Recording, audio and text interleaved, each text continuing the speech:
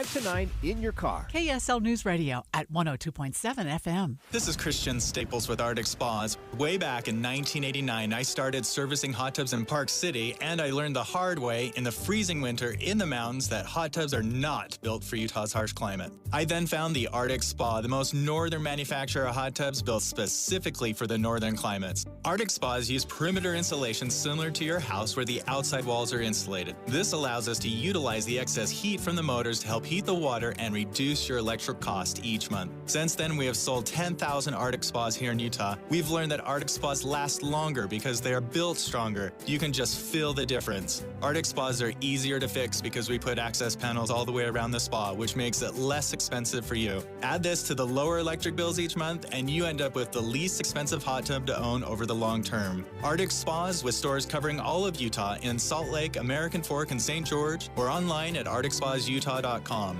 Arctic Spas, the only spa built for Utah's harsh climate. It's Jeff Jr. from Trajan Wealth, and I've got something important to talk to you about, your 401k. If you have changed jobs, there are two very important considerations. You don't want to leave your 401k behind, and you don't want to roll it over into your new company plan without consulting Trajan Wealth first. 401ks will often have limited investments or age-based options. Since companies have to make choices to suit all employees, they may not be suited to you, which could cost you fees and money. When you roll over your 401k into an IRA, you not only keep your money growing tax deferred, but you also gain access to a world of investment options specifically designed for you. Trajan Wealth and our fiduciary advisors have helped thousands, and we can do the same for you. Call Trajan today at 801-899-7600. 801-899-7600. Advisory services offered through Trajan Wealth LLC, an SEC-registered investment advisor. Hi, this is Doug Wright. Love this time of year. The seasons are changing. We're all getting out into the great outdoors, whether it's taking the kids to their game on Saturday morning or getting away with friends and doing a little hiking up in the mountains. I want you to remember that at the end of that very busy day, it's time to go to Ruth's Chris Steakhouse and have the very best meal. It's waiting for you right now at two wonderful locations. I mentioned mountain activities. Well, Ruth's Chris Steakhouse is right there in Hotel Park City. There's so many wonderful things that are happening in the heart of downtown Salt Lake City. Well, there's a Ruth's Chris Steakhouse right here for you at 275 Southwest Temple. The service you get there is beyond compare, and the food is something to simply rave about. That entree is cooked exactly to perfection, just the way you like it. It's time. Make your reservations to Ruth's Chris Steakhouse, Hotel Park City, downtown Salt Lake City. Gillette Services is putting $1,000 in your pocket with a rebate on new installations. Call 385-GET-HEAT for a free estimate. Gillette Services. Comfort now, pay later. Check of traffic and weather together on KSL News Radio, brought to you by Mountain America's Homegrown Home Loans. Here's Len Thomas. Well, Andy, on the West Belt, that crash you've been mentioning all morning, the northbound ramp to 700 North closed. Traffic clogged here and backing all the way up I-215 and onto the Legacy Parkway. Otherwise, the wet roads have been slowing the drive still, but improving, as the slowest spot is northbound I-15 Lehigh from 2100 north to the point, and then a little below speeds on to downtown Salt Lake City. Another true David versus Goliath miracle movie from director T.C. Christensen. See Raising the Bar, the story of high jumper Alma Richards' journey from rural Utah to be an Olympic gold medalist. In theaters now. Len Thomas in the KSL Traffic Center. KSL weather today, mostly cloudy with rain showers into the afternoon. Highs will be in the mid-60s. Right now it's raining in Salt Lake City and 46 degrees. I'm Andy Farnsworth from the KSL Common Spirit Health Studios. Listen online at kslnewsradio.com. We're Utah's news, traffic, and weather station. Dave and Dujanovic, your morning companions for talk, analysis, and key perspectives on Utah's biggest stories. On KSL News Radio, Dave and Dujanovic, special coverage of the top national story. What is going on at the airport in Newark, New Jersey? The big question that's now being asked, it's actually been going on for a number of days. I think it's just bubbling up to the point, Dave, where we got to talk about it. Heard it talked about this morning on Utah's Morning News. So we're going to go in depth on what we know about Newark. So it begins early last week, in part due to a major glitch with the air traffic control system. that, and I want to bounce this off you, Dave. It had an air traffic controller, according to the Wall Street Journal, saying to a pilot, "I don't know where you are." That's the last thing I ever want to hear from air traffic controller. We don't have radar. I don't know where you are right now. That is the most terrifying thing, because you don't realize how many planes are in the sky at any given moment, because sometimes we think, oh, just the big airliners. You've got military aircraft that are in the air. You've got private aircraft, the little Cessnas that are running around. There is so much going on in the sky. The last thing you want is the air traffic control folks to not know where everyone is. Well, apparently the system went dark. It just went dark for about 60 to 90 seconds. But I think in pilot years and air traffic controller years, that must feel like 60 to 90 years. 60 to 90 seconds. Then it glitches back to life. And I want to play a little audio. This comes to us by way of ABC News. It's a transmission from an air traffic controller obtained by ABC News. It's about 11 seconds long. Oh, but it brings up all kinds of emotions for me. They lost 3 radar scopes went black. They lost all the radios at approach. I just got told that the approach lost all their radars. 3 of their 4 radar screens went black, and they have no frequencies. The first emotion is, oh, my goodness. If I'm a passenger on that plane, I don't really want to know what's going on. No. I don't want to know. Mm-mm. So y'all work it out amongst yourselves. Please don't tell me what's going on up there in the cockpit. Please let the air traffic controller work through things, because I trust them. I obviously trust them with my life. I fly a lot. And we're going to take calls in just a moment. 801-575-TALK. 801-575-TALK. I want to speak to that emotion. Would you want to know? Or is ignorance bliss for you? You're just going to keep reading the in-flight magazine, and you don't want to know what's going on. 801-575-TALK. We'll take your calls in about 3 or 4 minutes. But Dave, you went down this research rabbit hole for us this morning to find out something pretty astonishing about our air traffic control systems. I think we all kind of were under the impression that they're outdated. We've learned a lot since that Black Hawk helicopter crashed into that plane during the landing, during descent back at Reagan International in January. But you learned a lot more that I wasn't expecting. What do you know? When you think outdated when it comes to technology, let's just talk about your iPhone. What would you consider, we're right now in the iPhone 16, what would you consider outdated? Maybe a 12 or an 11, maybe even a 10, sure. Right? That's 6 or 7 years old. Sure. That would be outdated in technological terms. It would be outdated because I would think that my iPhone would have a hard time if it were that old, and I actually think mine is, one of them anyway. It just has a hard time with memory. I noticed, like last night, I was trying to send a text, and the battery drained from, it was at a low like 6% before I knew it was 1%, and then before I knew it went dark. So those are the kinds of frustrations I have with my iPhone. And what you're saying is those are obviously even more pronounced with the air traffic control system. So if we're talking 6 or 7 years is what we think is old, like 2018 is old technology, some of the systems they are using in air traffic control go back to the 1990s. The 1990s, their information display system, the computers to help track, they are still being updated by floppy disk. Okay. In fact, that Nicholas Callio is the CEO of Airlines for America. He just talked to Congress last month, and this is the very point he was making. And in a moment, if you are under the age of 30, we will be back to explain what a floppy disk is. We're past the inflection point now. I think that's clear to everybody. I hope this Congress and this administration will agree that it's not acceptable to just continue to tolerate a chronically understaffed system, just like it's not acceptable for controllers and technicians to have to work with paper strips and floppy disks to operate the national airspace system in the United States. I showed these to some people in my office. They couldn't tell me what they were because they were under 30. We need to change, and again, it's a question of what we're going to do to make it different. He's holding up these floppy disks. It was like a bright pink one and a black one, and then paper strips. And he wants to know, how are we supposed to attract young talent to compete for jobs when you're using a technology that they have never seen before? It is so outdated. What's a floppy disk? Exactly. Remind me. The 3 1/4. I used those in college. Yeah. Okay, I was in college in the 1980s from 85 to 89, and we used floppy disks.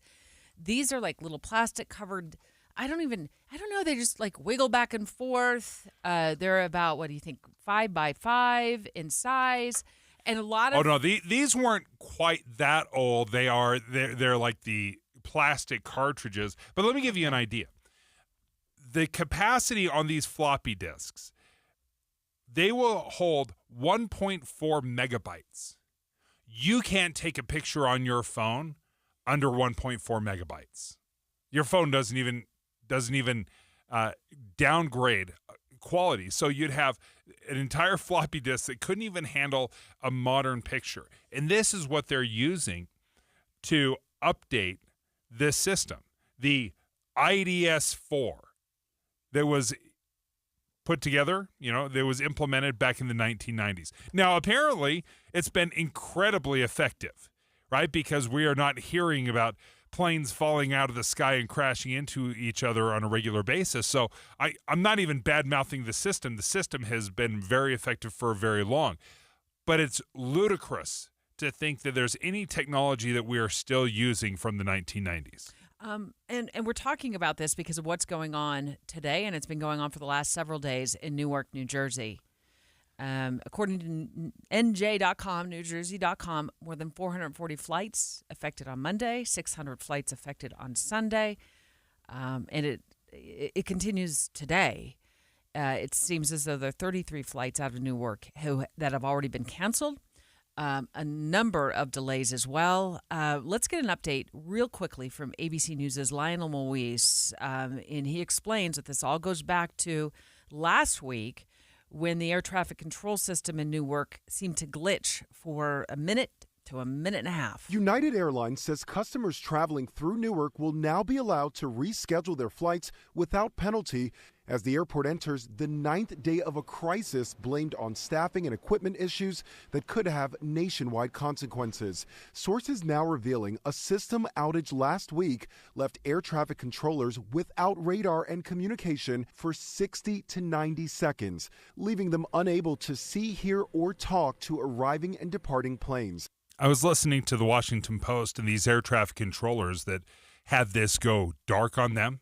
Again, a minute, 90 seconds, that must have felt like an eternity as these planes are flying around. Well, several of these air traffic controllers called in the next day and said, I've been traumatized by this. Well, as soon as they say that for air traffic controllers, there is a mandatory 45-day, what would you describe? Like a time off, like paid time off. Your 45-day off, there's going to be an official evaluation because obviously this is such a crucial and important job. They want to make sure that you're in the right headspace. It's high pressure, high stress, but you've got an already short-staffed air traffic control unit. They're down by 3,000. Overall, across the country? According to the Wall Street Journal, they're down by 3,000. About 500 air traffic controllers are eligible for retirement. And they often work 10-hour days, 6 days a week. It's just such a high-stress job that I think they're having a hard time recruiting. And actually, Sean Duffy, the FAA, right, in charge of the FAA, Transportation Director, excuse me. Transportation Director, excuse me. Secretary of Transportation, thank you. He is rolling out a plan this week to spend $20 billion to $40 billion upgrading the system, which we just talked about, needs an upgrade, and then additionally increase pay and promote recruitment of new air traffic controllers. As part of that increased pay, you get training. You get money while you're training. You get a salary while you're training. He wants to bump that up by 30%. So they recognize that, and it goes from like 45,000 to 60,000. I think, according to my math, we'll see what happens. This week when he rolls out this plan. as a way to recruit people and retain them. But the job, and perhaps there's something in this plan to increase pay at the top end, the job, according to what I saw on usajobs.gov this morning, which is posted there, tops out at $128,000. And I have to ask you, is it worth it? Is it worth it to work those hours and under that much pressure and stress for $130,000 a year? Is it worth it? It is actually a family joke in our house because I push my kids so hard to be air traffic controllers. And how many of them are?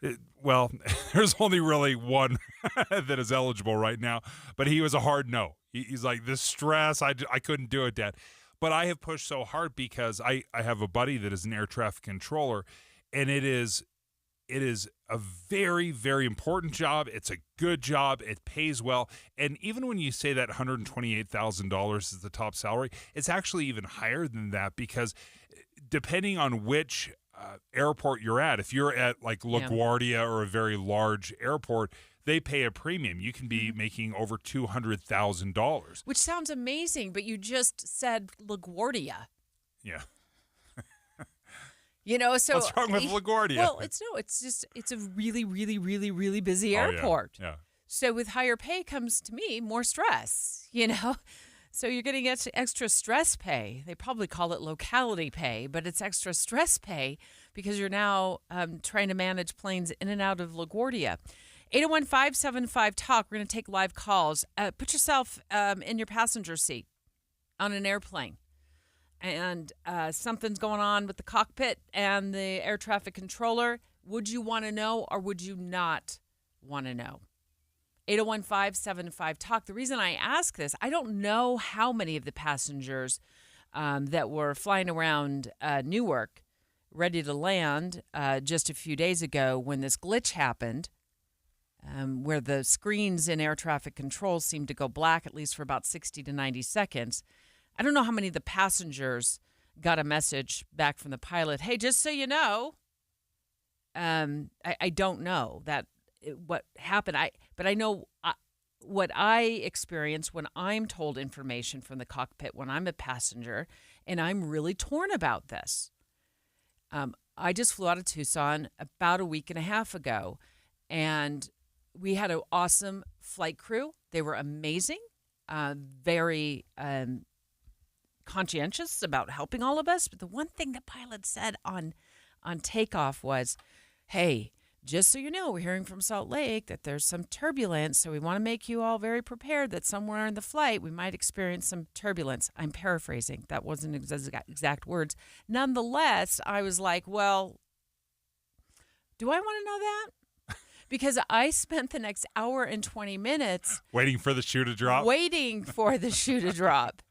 And it never really did. It was pretty much smooth as butter. I mean, there was a couple of bumps here and there, but it was not the turbulence that I had mentally prepared myself for. So I'm really torn on this. Would you want to know or would you not want to know? 801-575-TALK, 801-575-TALK. Dave, what camp are you in? No interest whatsoever. I don't want, I my favorite ride at Lagoon is the one where they like drop you. You know, they like take you up, you're harnessed in, and then they just hover you, and then without telling you 1, 2, 3, it just drops. And I love the drop. It's my favorite. That's how I want to be on the plane. I don't want to be like nervous and expecting something to happen. Even if all chaos is breaking loose, that is your problem, pilot. That is your problem, air traffic controller. Don't bring me into your problems. At 57500, we're getting lots of text messages. You can call us, too, at 801-575-TALK. But Melanie says, let's see, what does she say here? Let me go to this. I would not want to know. I would not want to know. Yeah, I'm leaning into not wanting to know. Here's why, Dave. I'm probably more in your camp than I thought I was. What am I going to do about it? Exactly. Yeah, your worry is not helping the situation. Probably adds to panic. Ignorance is absolutely bliss in this. But again, going back to our text, there's a few things that are interesting. We're down 3,000 air traffic controllers, you said. Yes. Like, that's huge. There's almost 11,000 in the country right now, and we're still about 3,000 down. This texter just said, I just looked into becoming an air traffic controller. Healthy, intelligent, competent, 42-year-old mom who's needing a career, and find out that you cannot be over the age of 31. And then there is a mandatory retirement age of 56. So between the outdated tech, the high pressure, not enough pay, age restrictions, I can see why they are having issues. I wouldn't have thought that you would age out by age 31. And I don't know for sure, but it could be that you actually have to be reporting for duty by age 31. Maybe not. Maybe you just have to hit the birthday deadline, and in the year that you're 31, you can still sign up to be an air traffic controller. That's pretty young.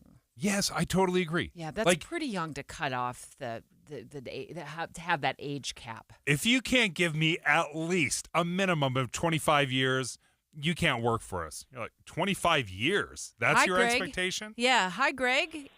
Would you want to know, or would you not want to know if there's a problem on board your flight? Well, you make a good point, and I tend to agree with that.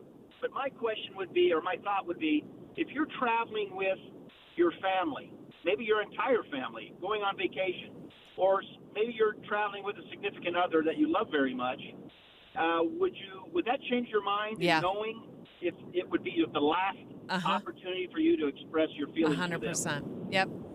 Thanks, Greg, for making me cry. Yes, I know. Yep, it totally changes my perspective. If I'm a mom on a flight next to my child, no matter how old my child is, I'm going to jump into action, and I will absolutely, even if they're in their 20s, put their oxygen mask on for them. I suppose that would be the ultimate warning. If you didn't get a verbal warning, when the oxygen mask drops from the ceiling. But yes, I would want to know do I need maybe make a phone call home? You know? Yeah. That took a dark turn. It did take a dark turn. We were just talking about turbulence. Hi, Robert. Hi, this is Robert. Yeah. Turbulence. When I was in the 19th Special Forces from 1984 to 1991, we would fly nap of the Earth, which meant 500 feet above the Earth, in either a C-141 jet or a C-130 Hercules aircraft. And by the time it got to jumping out of that thing, everybody had blown their lunch. I never ate breakfast or dinner the night before, and I loaded up on Dramamine. But that unit is still down at Camp Williams here with the Utah National Guard. I love turbulence. You love turbulence, Robert. Robert, I think you're a different breed, my friend. You're not normal. I appreciate that, though. Yeah, that's what real turbulence is. What we experience at 30,000 feet. That's nothing. Straight ahead, we're going to go in depth on the Trump administration's offer to illegal immigrants. Get a one-way plane ticket out of the country and back home, and a $1,000 stipend to leave. So next, we'll ask local immigration attorney Adam Craig what his advice would be to a client if one of his clients face this situation. He's next. The main character in every news story is a real person. I want people who listen to Midday to listen to the show and think it is about them. They're hearing a story that touches them in some way. The main character in every news story is you. Whether it is their pocketbook, whether it is their child's safety, people should hear something that is more thought-provoking. Midday with Maria Chaleos. All new noon to 3 on KSL News Radio. Comcast Business is celebrating Small Business Month by giving you a $1,000 small business bonus when you switch to a qualifying gig speed package from the company with over 99.99% network reliability. Just imagine the thousands of possibilities of a $1,000 prepaid card. Like possibility number 1, company merch for staff. Styling. Or possibility number 24, the latest software. Upgrade. Or possibility number 192, new equipment powered by gig speeds. Or possibility number 555, a 3D printer. Rapid prototyping, anyone? Switch to Comcast Business for over 99.99% network reliability, advanced cybersecurity, and now get started with a $1,000 small business bonus. Comcast Business, powering possibilities. and 622.25. New customers only with 2-year agreement. Other restrictions apply. Did you know your skin is the largest organ of your body? Huh? That's why you should shower with Old Spice Super Hydration Body Wash instead of plain old bar soap. Love your skin by super hydrating it with vitamin B3 and glorious notes of vanilla and shea. Did you know that my super hydrated skin is the second largest organ of my body? The first is my heart. Old Spice. Men have skin too. Old Spice Super Hydration Body Wash. 24/7 renewing moisture. With daily use. Get ready for Camping World's Red, White, and New Trade Event, May 15th through the 18th. Get the highest value for your RV guaranteed during the biggest RV trade event of the year. Shop the best RV deals in America with new RVs starting as low as $92 a month. Get ready for the holiday weekend with up to 45% off grills and 25% off product installation. Plus, we'll have free hats, free propane refills, free food, and fun for the whole family. Don't miss the incredible Red, White, and New Trade Event, May 15th through the 18th at your local Camping World. See with the full details and disclaimer. Hi, this is Derek Overstreet, president of the New Millennium Group and co-host of Stop Working, Start Living with KSL News Radio. Can you imagine what your life would be like if you could retire 3 to 5 years earlier than you thought possible? The things you could do, the loved ones you could spend time with, the memories that you could create. That's what our team at the New Millennium Group does. We'll walk you through the entire process every step of the way. If you'd like to get a copy of the 5-step proprietary plan that will help you retire 3 to 5 years sooner than you thought possible, give us a shout right now. 888-999-6370. That's 888-999-6370 or utahsfinancialplanner.com. Listen, most of our listeners right now have a tax problem, not a money problem. There's not enough money in Social Security Medicare as it is. Let us show you how you can significantly reduce your taxes. That's 888-999-6370. 888-999-6370 or utahsfinancialplanner.com. I wish I knew about IWC roofing 2 years ago. This is Jeff Kaplan, and when I needed a new roof, nice guy came over, he had a decent price, but he didn't work on the roof. I got an ever-changing cast of characters who disrupted our lives for 4.5 days of smashing, banging, the dogs going berserk. But listen to this. IWC Roofing will replace your roof in a single day. Minimal disruption to your life, and they'll do it at a lower price for one simple reason. They're the #1 residential roofing contractor in Utah, and they do it on volume. A finely tuned team of trained employees take care of business in a single day, and they'll leave behind the best 50-year warranty in the business. Afterward, they'll even power wash your driveway just to say thank you. And right now, to get your business, IWC will give you $1,500 off your quote. They offer flexible financing, so call the highest-rated roofing contractor in Utah, 801-841-2700. That's 801-841-2700, or go to iwcroofingutah.com. It's 9:30 at KSL News Radio. I'm Andy Farnsworth. KSL's top local story this hour. It's a developing story, and we're learning about an officer involved shooting in Orem.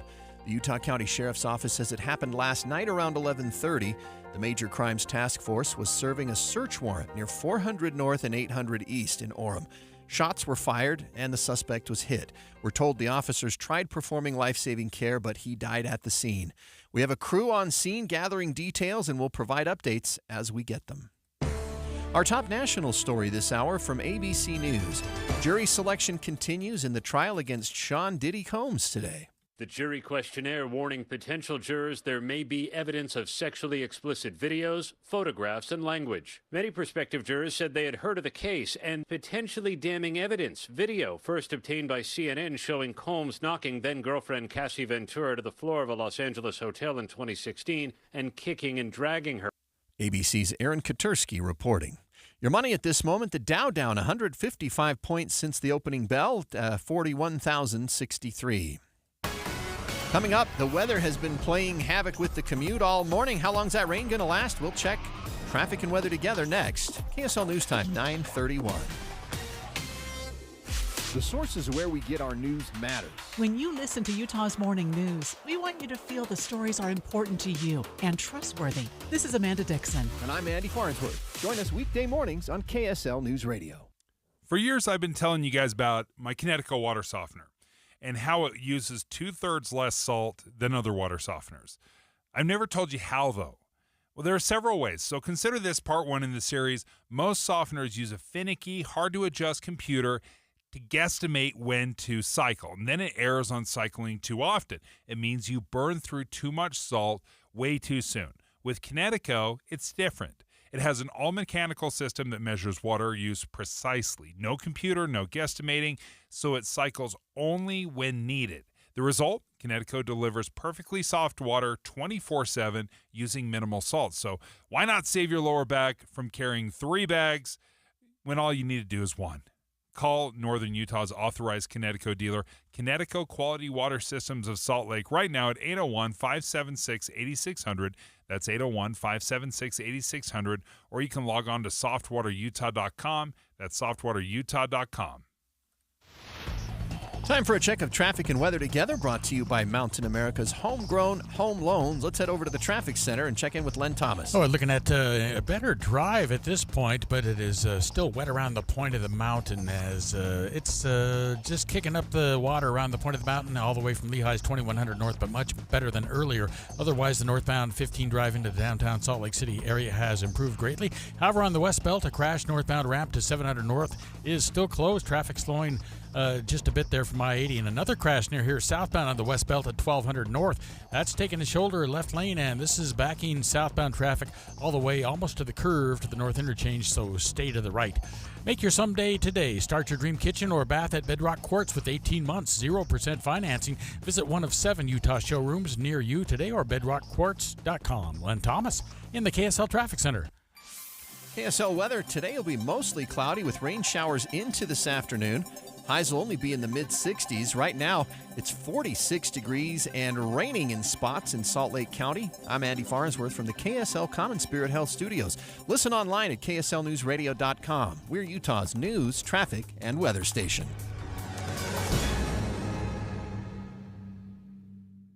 Dave and Dujanovic, your morning companions for talk, analysis, and key perspectives on Utah's biggest stories on KSL News Radio. Well, let's flip onto the Department of Homeland Security's webpage about this $1,000 offer along with an airline ticket to self-deport. And here's the headline. DHS announces historic travel assistance and stipend for voluntary self-deportation. It's $1,000 and a ticket to your home country. Now you got to jump through a few hoops, but yeah, now it looks like the Trump administration is trying the incentive route instead of just the crackdown. Remember the app that we talked about that the Biden administration had implemented, the CBP app, and they were going to use it. I don't know if they ever really got it up and running fully. For people who wanted to come to this country to register on this app and then get assigned a date in order to get their paperwork taken care of. Well, this is the reverse of that. The Trump administration is now using this CBP app for people to sign up for the $1,000 stipend and a one-way airline ticket to self-deport.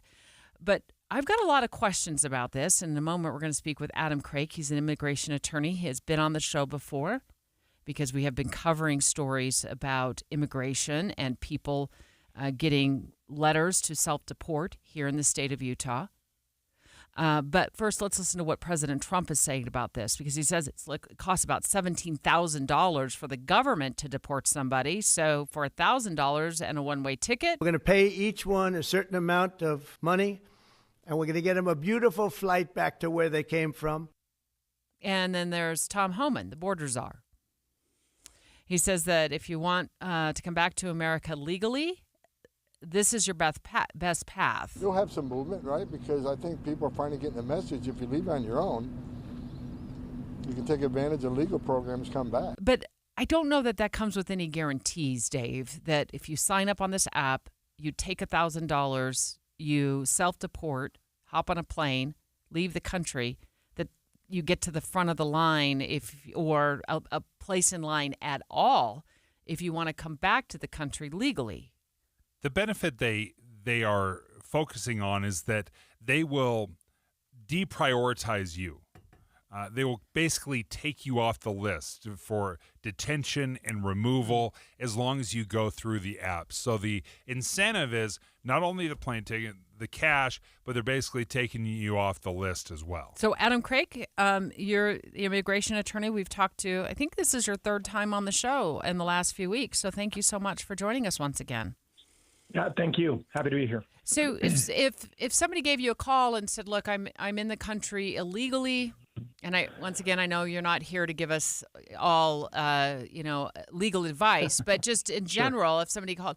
And there's a CBP app, and I can put my name in and my information, and I can get $1,000. What would be your advice or your thoughts that you would share with them about this? Well, first off, more than 900,000 people did use that CBP One app to come in. It was actually up and running. So it was up and running. Thank you. Yeah. Oh, yes. 100% up and running. I have actually quite a few clients that did use it. So I would actually say to them, $1,000 in a plane ticket when you've just fled persecution. You've literally spent your entire life savings, which exceeds $1,000 to get across the Darien Gap, to go through all sorts of hellacious conditions to arrive in the United States. I would say no, because there's no guarantee you're going to get the money. And the key word here is self-deport. When you deport, you are castigated with a 10-year penalty, meaning you're going to have to file a waiver to even attempt to come back. So this whole notion about how this is such a great program and people will get the opportunity to come back legally, that is so smoke and mirrors that it's really fundamentally unfair to market this the way they're doing it. They're calling it intent to depart. I don't know if the semantics here matter, but the explanation from at least from the website from DHS, they're saying that you will be deprioritized, you'll be taken off the list if you choose to leave. If we have to come find you and then deport you, then the punishment's going to be far harsher than if you decide to do it on your own. Can you walk us through maybe those two angles of it? Sure. So the only person that actually can give you what is known as a voluntary departure is an immigration judge. So that's one of the things that's being explained incorrectly. So a self-deport or intending to depart, so you're not prioritized, you're not on the list, most of these people who use the CBP-1, who they're going to target first, are already those that could theoretically file a legitimate asylum claim and actually work to stay here and get a work permit and do a lot of different things. So when we talk about this distinction that you're going to be deprioritized, all that's saying is hey, we're not going to send ICE out to arrest you. But it doesn't tell you, hey, you get this wonderful benefit like it's been described when you get back to your home country, because a lot of these people have nobody that can petition for them or help them to come back legally anyway in any shape or form. So again, it's not necessarily giving them a true definition of what they're going to be able to do. It is just saying, hey, we need you to leave, and we won't arrest you. Just sticking with this CBP app for just a moment, which you said was being used by the Biden administration. It sounds like 900,000 people were using it as a way to enter the country legally. But now it's being used by the Trump administration for people who are here illegally to submit their, intent to deport themselves, to self-deport.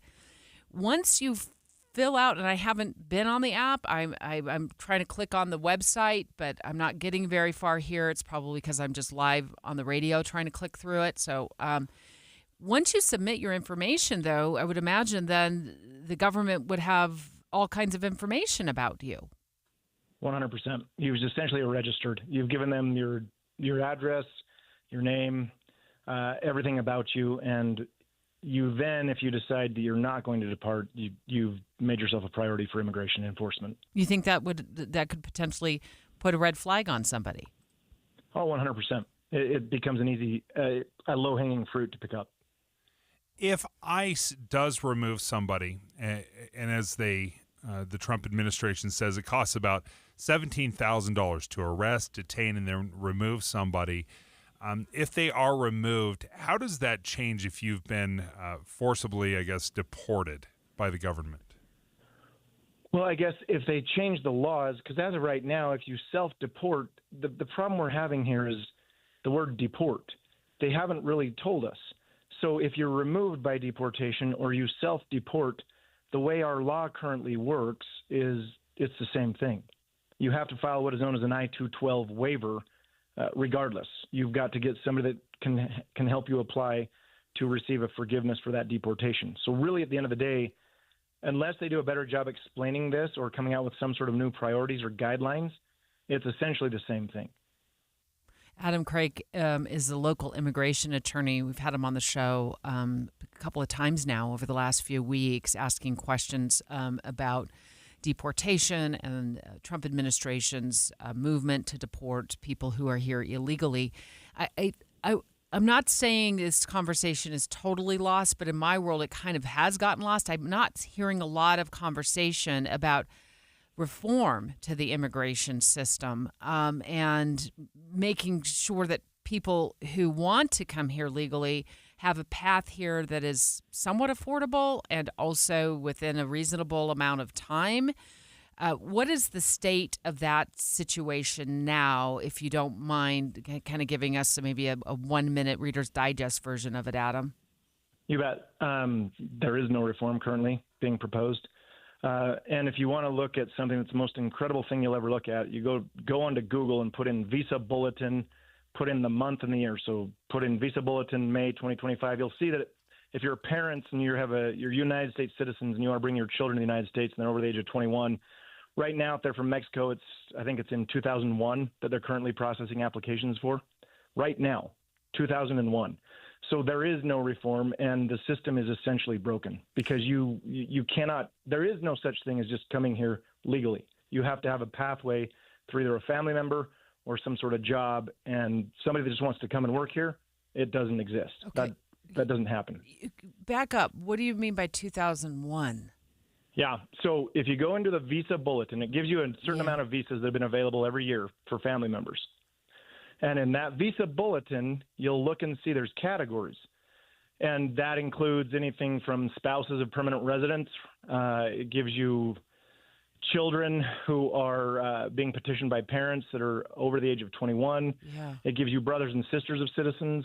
For example, for Mexico right now, if you're wanting to petition for your brother or sister and you're a United States citizen, right now, you would have had to have filed in 2001 for that petition to become available right today in 2025. That means you've waited 25 years for your petition to become available to be adjudicated.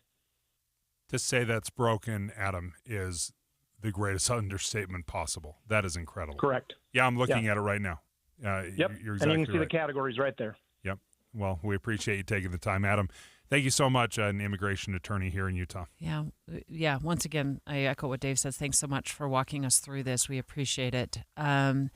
Straight ahead, we're going to talk about a situation that happened. Where was this? Where the selfie went wrong? Oh, it was at the Coliseum. Was this in Rome? It was in Rome. A selfie that went so wrong. You are not going to believe what happened to this man. And Dave asked me in the meeting today, did he live? Did he live? I'll tell you next. I'm Utah tax attorney Jordan Wilcox. Listen to what actual clients have had to say about working with us. I'm Paul. I'm a contractor. I had a tax problem that was pretty significant. Needed some help with the IRS. I had prepared my taxes for a few years, but when I went to file them, I didn't have any money to pay those taxes. And so I just filed the returns in my drawer and went about my business. And about 3 years went by when I did that, and pretty soon I owed $102,000. And I met with Jordan, and we talked about the hole I dug myself into. And from start to finish, the process was encouraging, supportive, saved me about $80,000, $102,000 to $22,000. No complaints. Hi, I'm Jordan Wilcox. You need a tax attorney that's not afraid to fight for you. Schedule your free consultation today. Visit endtaxworry.com. The relief is immeasurable. Don't wait. End your nightmare. Your relief starts at endtaxworry.com. Did you hear?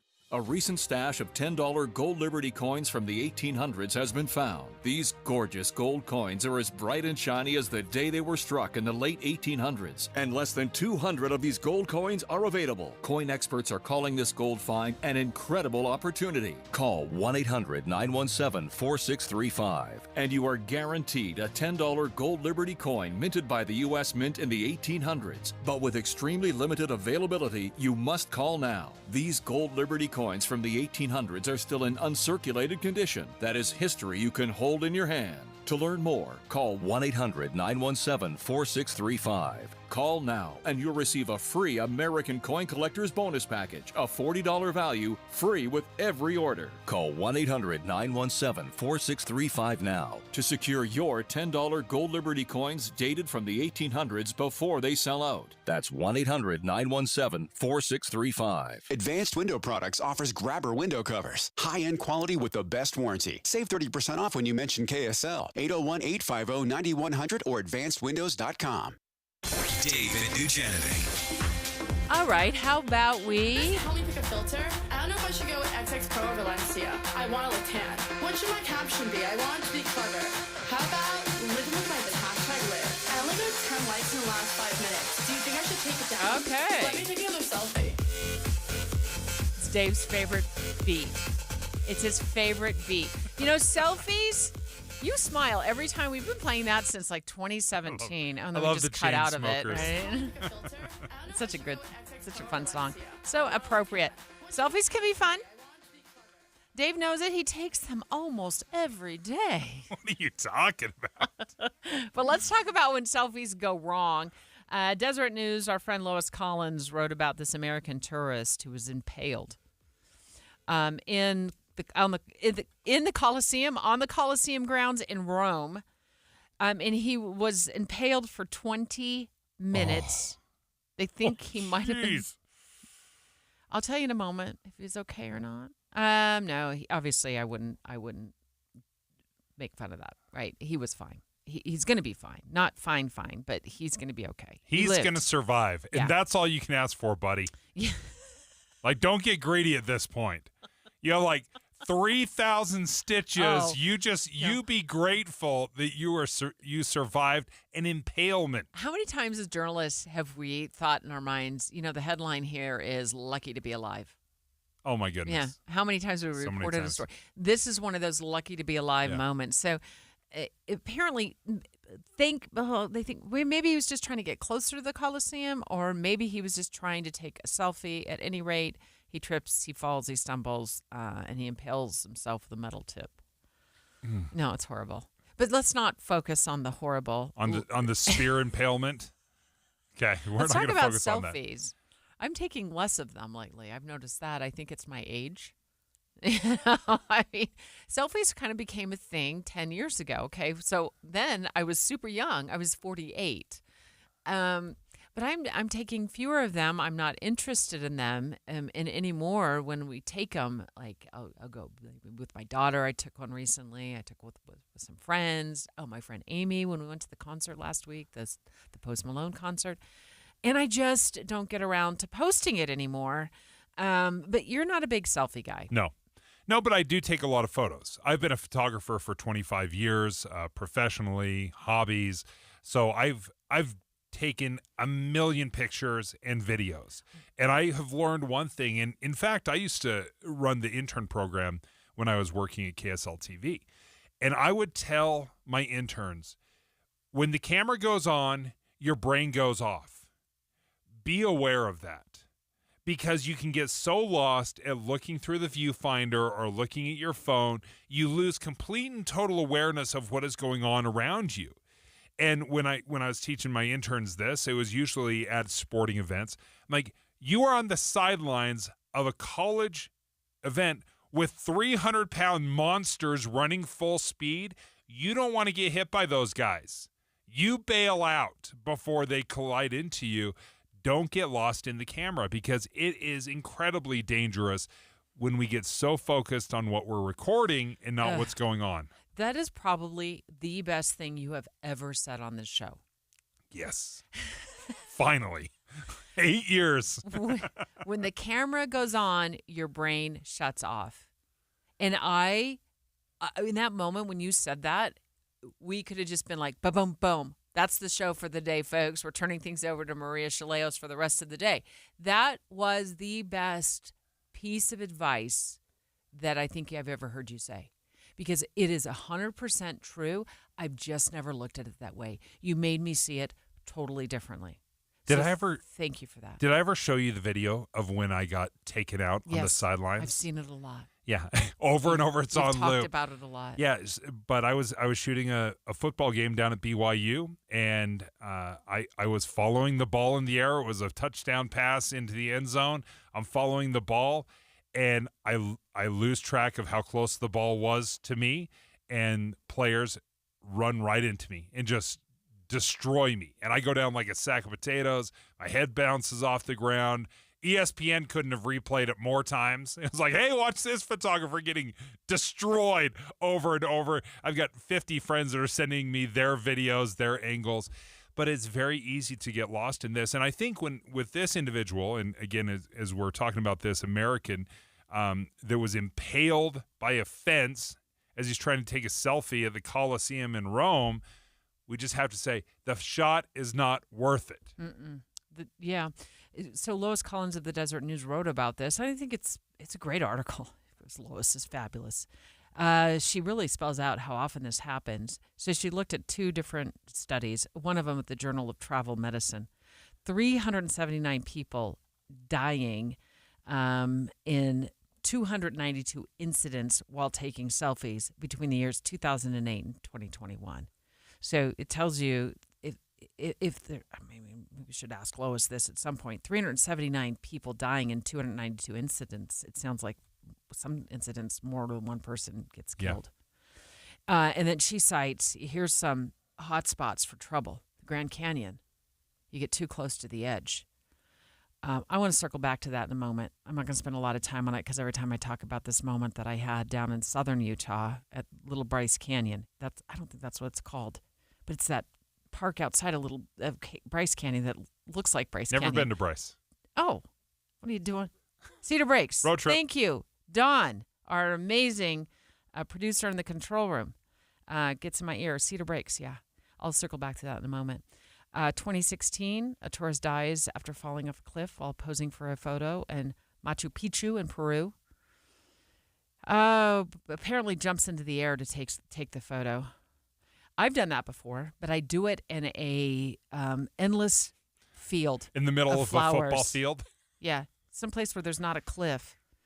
Married couple in 2018. Lois talks about that in her article.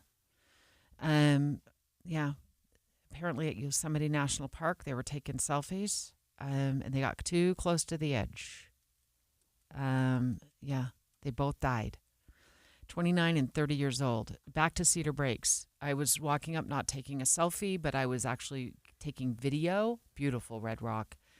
And I did not realize how close to the edge I was. My foot gave way just a little bit. Oh, jeez. I know. That's why I don't want to talk about it My stomach just anymore. dropped. No, it would have been the Dave Show for the last 5 years.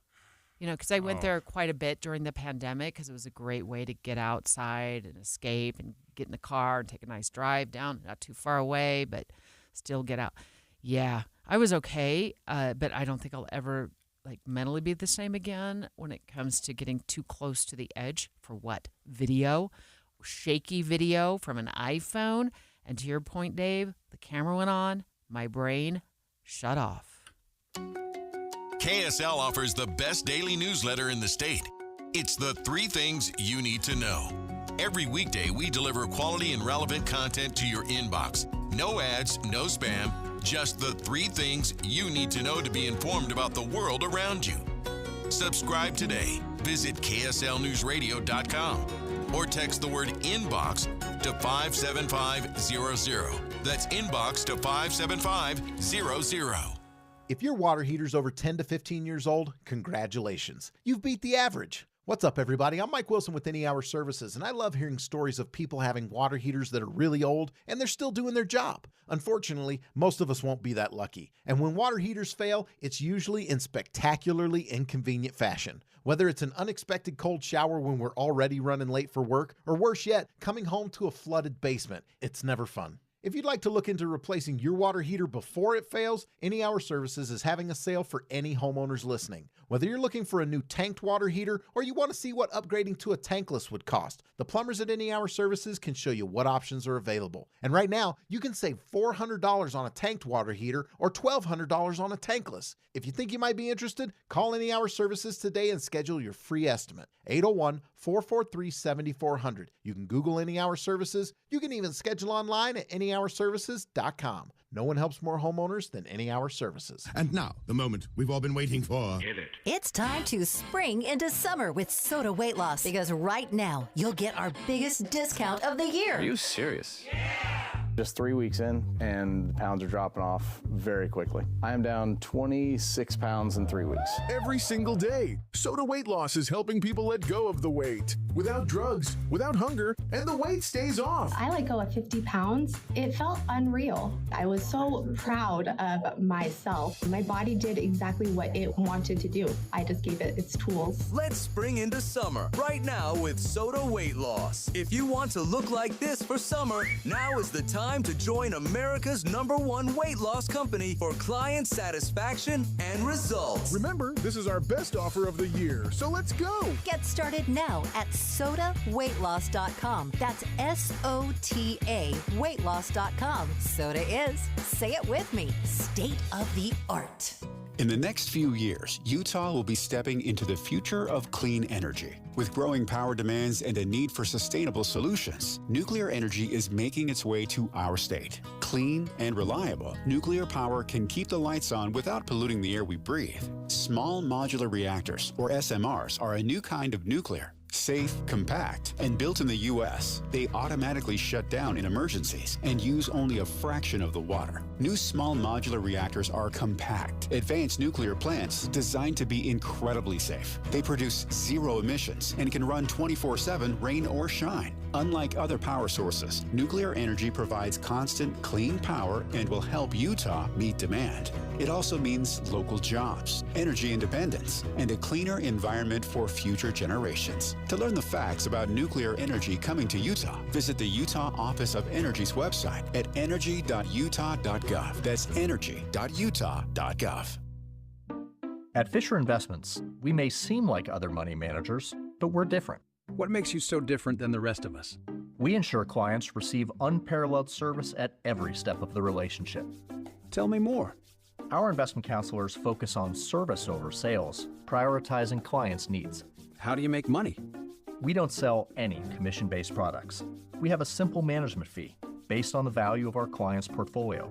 So we do better when our clients do better. What about client portfolios?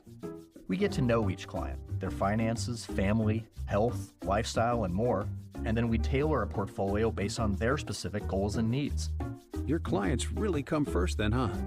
Yes, we make them a top priority. Our goal is helping them achieve a comfortable retirement. Wow, maybe we are different.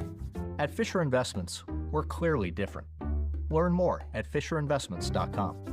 Investing in securities involves the risk of loss. KSL FM Midvale. KSL Salt Lake City. From the KSL Common Spirit Health Studios, this is KSL News Radio. Utah's news, traffic, and weather station. 10 o'clock at KSL News Radio. I'm Andy Farnsworth. KSL's top story this hour. Lori Vallow Daybell is asking for a new trial in Arizona now that she's been found guilty of conspiring to kill her fourth husband. In a 13-page motion filed by Vallow Daybell, KSL.com reports she alleges prosecutorial misconduct, saying the prosecuting attorney committed discovery violation by not turning over a hard drive to the defense until the middle of the trial. She has 4 other accusations, including juror misconduct, and saying the judge was not impartial when he didn't allow 2 of her proposed witnesses to take the stand, including a reporter from East Idaho News. That's KSL News Radio's Brianna Willis. Daybell's next trial will start June 2nd, where she's charged with conspiring to murder her niece's ex-husband. A 9-year-old boy was injured after his electric scooter collided with a golf cart in St. George. Police say a 12-year-old girl was driving the golf cart at the time, and it looks like the cart ran over the 9-year-old. He is recovering from head injuries. Our top national story this hour from ABC News. The FAA is sending air traffic control supervisors to help out at Newark Liberty International Airport, which has had problems with their radar, and a lot of air traffic controllers have called out sick or taken medical leave because of excessive stress. New York City airspace is the most complicated and busiest airspace in the country. So they're going to need to be trained on that and caught up to speed before things can resume. United Airlines does not expect this to get fixed anytime soon. They're now offering their customers the ability to change their tickets for free on any flights between now and May 26th. ABC's Sam Sweeney reporting. Your money at this moment, the Dow continues to drop, now down 0.5%, 235 points to 40,983. Coming up, a few more showers before a big warm-up. KSL weather's next. KSL News Time 10:01.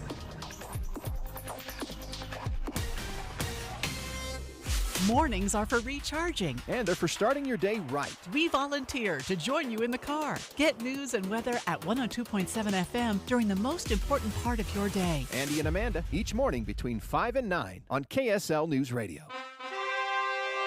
Behold, 'tis I, Queen Trustworth, sentinel for seniors amongst the knights of Scamelot, here to give thee warning. Scams and fraud are on the rise in Utah, and seniors are especially under siege. Be wary of unsolicited texts, phone calls, and salespeople asking for personal or financial information, and never send money to someone thou hast only met online. If thou hast doubts, talk to someone thou trusteth and get educated at scams.utah.gov. This is the story of the one. As a safety manager at a manufacturing plant, he does everything he can to keep his coworkers safe. From finding ways to reduce risks to keeping safety supplies in stock. And for that, he relies on Grainger. Grainger offers a broad range of quality products and next-day delivery, so he can always play it safe. Call 1-800-GRAINGER, click Grainger.com, or just stop by. Grainger, for the ones who get it done.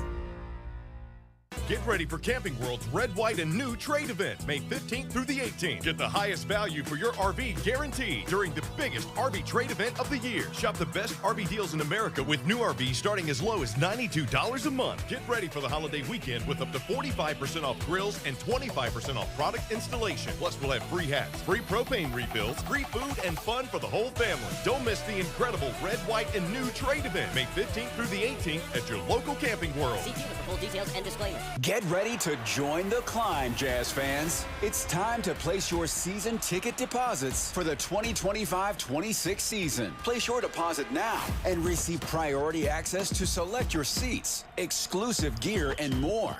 Season tickets give you access to every home game, plus exclusive member-only discounts and benefits. Call or text 801-355-DUNK or go to utahjazz.com to lock in your deposit for next season.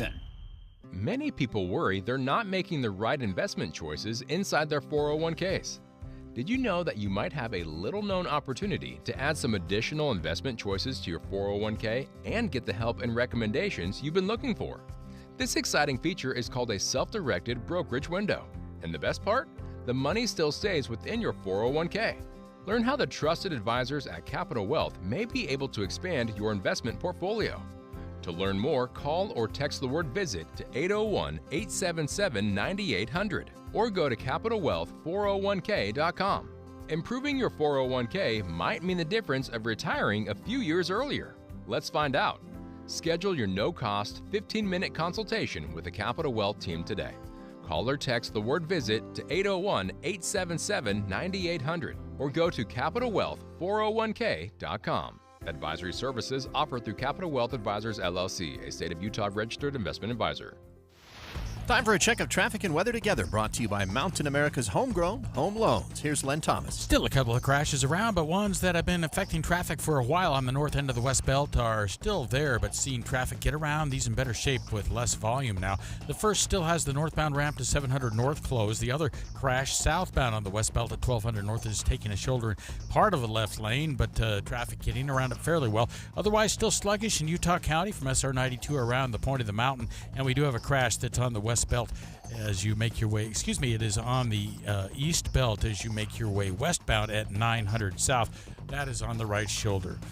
Try UTA and get more done while you ride. Games, work, books, shows. You'll be too busy to notice all the traffic you're missing. Plan your trip at rideuta.com. I'm Len Thomas in the KSL Traffic Center.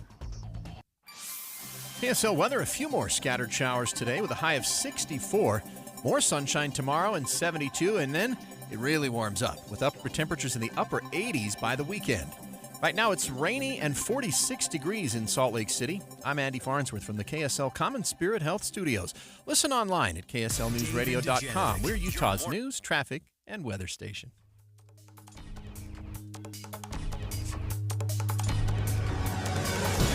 Dave and Dujanovic, your morning companions for talk, analysis, and key perspectives on Utah's biggest stories on KSL News Radio. And we have another bonus edition, a special half hour, continuing our coverage about student loans.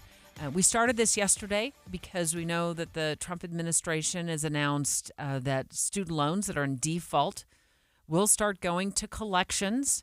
And if you missed that episode and you're one of those people who are nervous about it, go back and podcast yesterday's show. Got lots of information.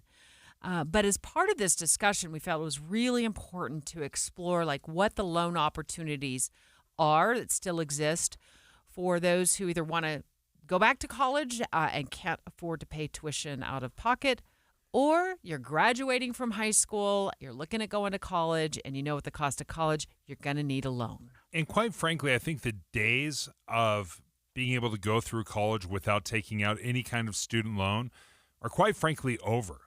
Unless mom and dad have been able to save up a huge amount of money or are very well off, I think, quite frankly, we have to accept the fact that we live in a world that if you want to go to college, you're going to have to take out student loans. And we'll get more in depth in just a moment on the cost of tuition.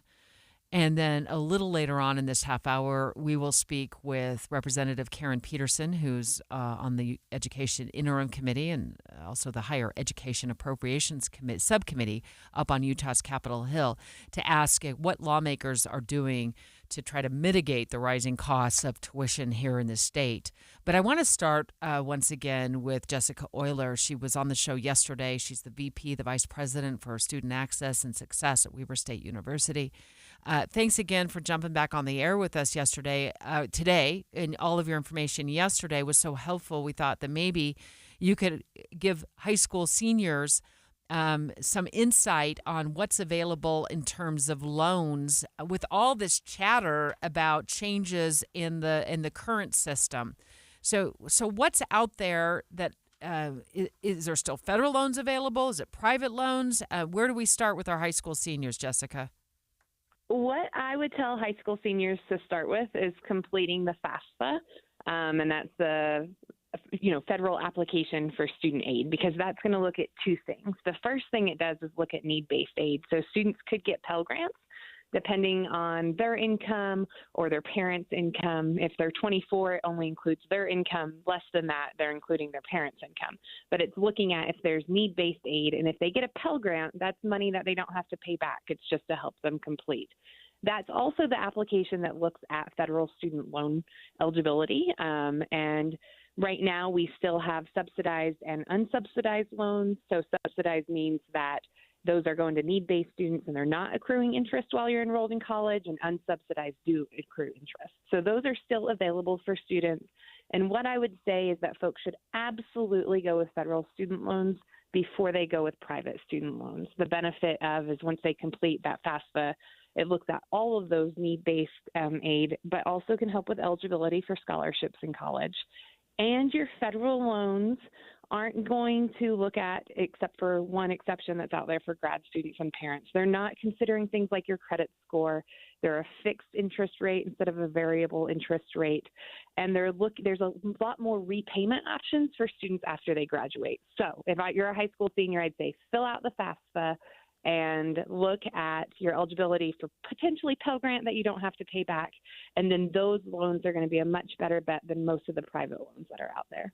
We had an interesting experience, my wife and I. My wife decided to go back to school, and so we started filling out all of this stuff in our mid-40s. So what surprised me is how flexible the loan was, as far as like how much you could request. They're like, well, how much do you want to take out? You can take out this much. Can you give us an idea of a best practice? How much should I be looking at taking out as far as a student loan? And when do you start kind of getting in this area of like, it's probably more than you need? Oh, that's a great question. What I would say is only take what you need. And so what's interesting is if you're getting a Pell Grant, it actually covers the full cost of tuition for many of our colleges in the state because we're rather affordable if you're getting that full Pell Grant. If you're getting a loan, I would only take out enough to cover tuition and books. And, and there are some instances where you might need more to help buy a computer or something like that.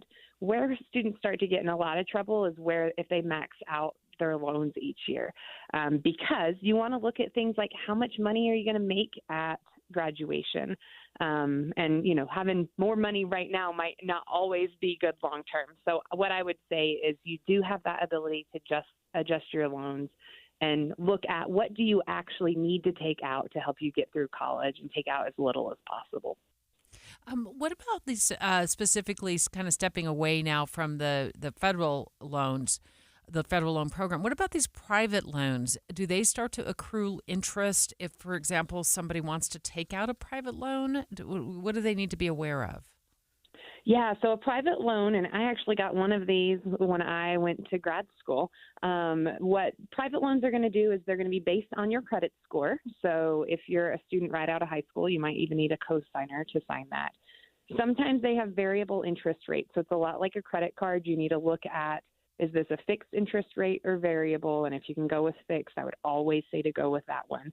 And then your repayment options, they do, if it's a private loan for school, I'd make sure that those repayments don't start immediately because some will for an immediate loan. So make sure that it's until you graduate from college. Oh. And they're going to accrue interest immediately, and there's not going to be a whole lot of flexibility. So with a federal loan, there's income-based repayment plans, or sometimes you can do deferment or forbearance, and you don't have those options with private loans.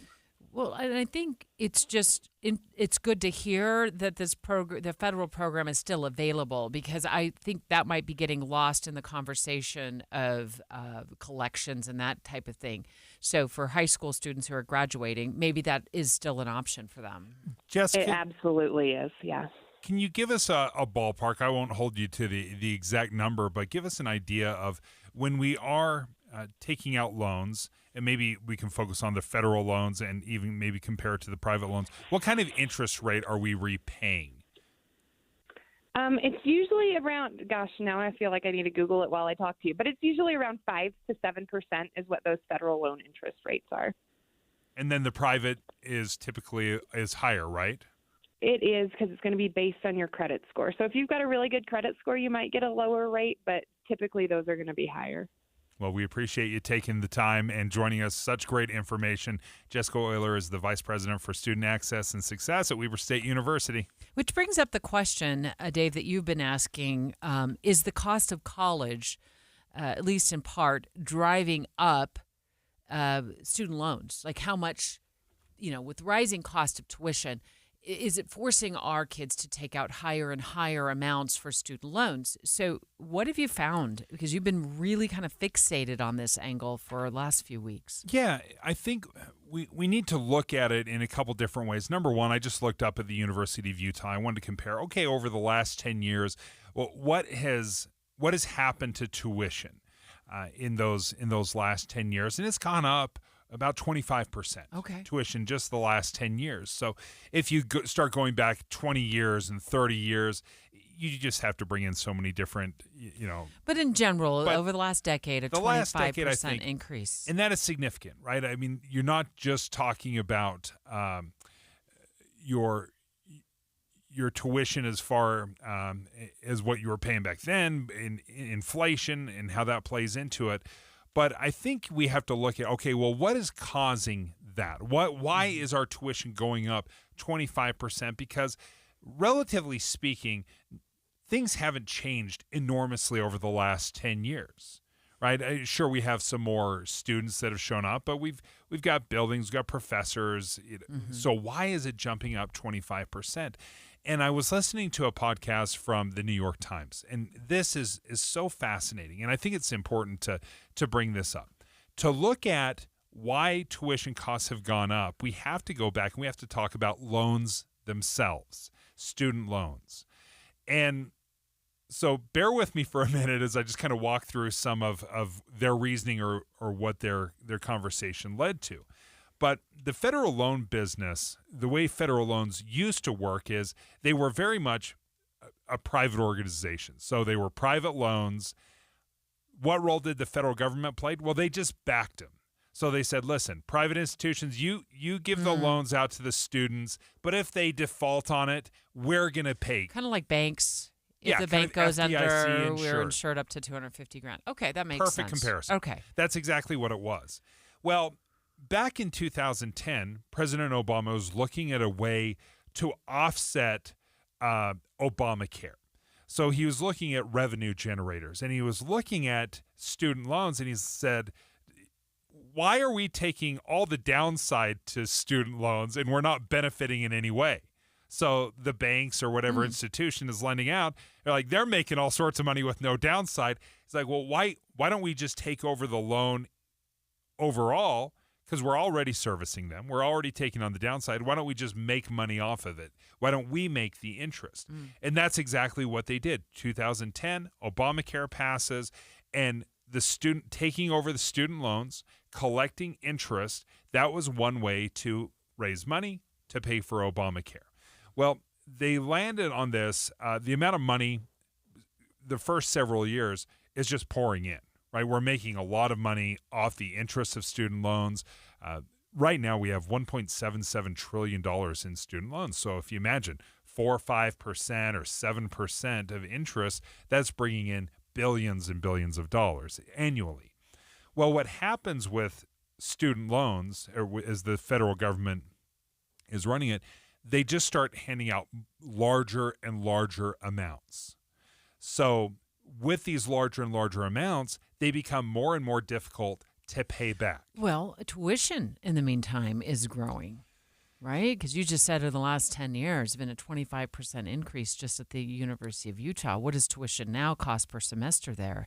My daughter graduated a few years ago. I was paying out thousands every semester. What did you find? Yeah, each program obviously is a little different how many hours you take, but you could spend $9,000 per semester. Wow. Okay, that makes sense. That sounds about right. So the government steps in. They say, well, you've taken out a lot of money, or you're having a hard time paying it back, so we're going to put in some loan forgiveness.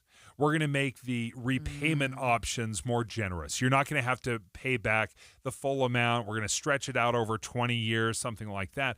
Well, with all of those programs, the forgiveness and then the generous repayment options, we are bringing in less money. So all of a sudden, what originally turned out to be cash positive, we're bringing in more money, is now turned upside down, and now we're losing money on federal loans. Do we want to listen to a clip from the New York Times podcast that you heard that got you kind of down this path? Exactly. Okay, let's listen. Was there a conversation in this period about whether the government's approach to this is making college more expensive? Because that seems like a clear link. If the government is the provider of these loans and it's going to forgive lots of the loans as they get bigger and bigger, what incentive do colleges and universities have to put a cap on the price of going to college? Absolutely. That's been a running conversation for at least 20 plus years. Even before the government pulled this all in-house, there was concerns from economists and policy analysts that this was driving the cost of tuition going up. Again, there's no other loans that really work like this. If you're borrowing for your undergraduate degree, you can borrow tens of thousands of dollars. And if you're borrowing for a graduate degree, you can borrow basically an unlimited amount of money. There's no test of, are you likely to be able to make enough to pay this?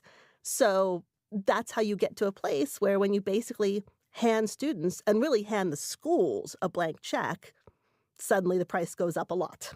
And we have seen that. We've seen the price go up a huge amount, at least 25% in the last 10 years. Joining us right now is Representative Karen Peterson, is on all the education committees, the Education Interim, the House Education, Higher Ed Appropriations Subcommittee. So Representative Peterson, thank you so much for joining us. I thought this was an interesting twist to explain why tuitions have gone up so much over the last 10 or 15 years, tying it directly to the amount of money we are loaning out, the huge amounts that we are loaning out. What are we doing here in Utah to help mitigate or help keep college more affordable? I love that question because I have 2 kids in college. So not only am I on all those committees, I'm also filling it at home in my own pocketbook and watching my kids work 2 jobs all summer to be able to afford to go to one of our universities. So thanks for talking about this. One of the things I think I want to talk about is how we've tried to really keep tuition low. You know, you're talking a lot about the loan programs and how that has made an impact. But as a state, we can really, try to bend that cost curve for families so that we keep our tuition and fees as low as possible. Right now, we have the 4th lowest tuition in the nation, but that doesn't mean it's affordable for every family. And so we really need to make sure that as a state, we're being mindful about the costs of our colleges and the tuition that is set and the fees also that we charge our students. Yeah, read recently, Representative, that some of the colleges, universities, considering like consolidating some courses and some degrees. Is that in part because of what the direction from the legislature, what they want to see here at our colleges, or to mitigate the cost of to go to college for our students? Yeah, so people have been asking the question, especially as tuition and fees have increased, is college worth it? Is it worth going? And we want to make sure that that is a value proposition that makes sense for students. So it's both thinking about the cost of the programs and tuition, but also ensuring that the programs that we are offering, that students are selecting, lead to economic opportunities for those students so that they can recoup those costs, that they can make the efforts that they made financially and in time worth it for them to participate. So that's a piece of this conversation. And the other big piece is we've really tasked our higher education board in the last couple of years to be very critical of proposals for tuition increases. And in fact, 2 or 3 years ago, we froze tuition in our state for a year and said, we need to make sure we're on the right track here before we increase tuition anymore in our state. Has there been any talk at all on the Hill about reducing tuition, like not only freezing it, but backing off the current rates, or at least maybe getting with higher ed and figuring out ways to cut the tuition costs? Yes, definitely. And we've been very supportive. I don't know. I know you talked to someone from Weber State earlier.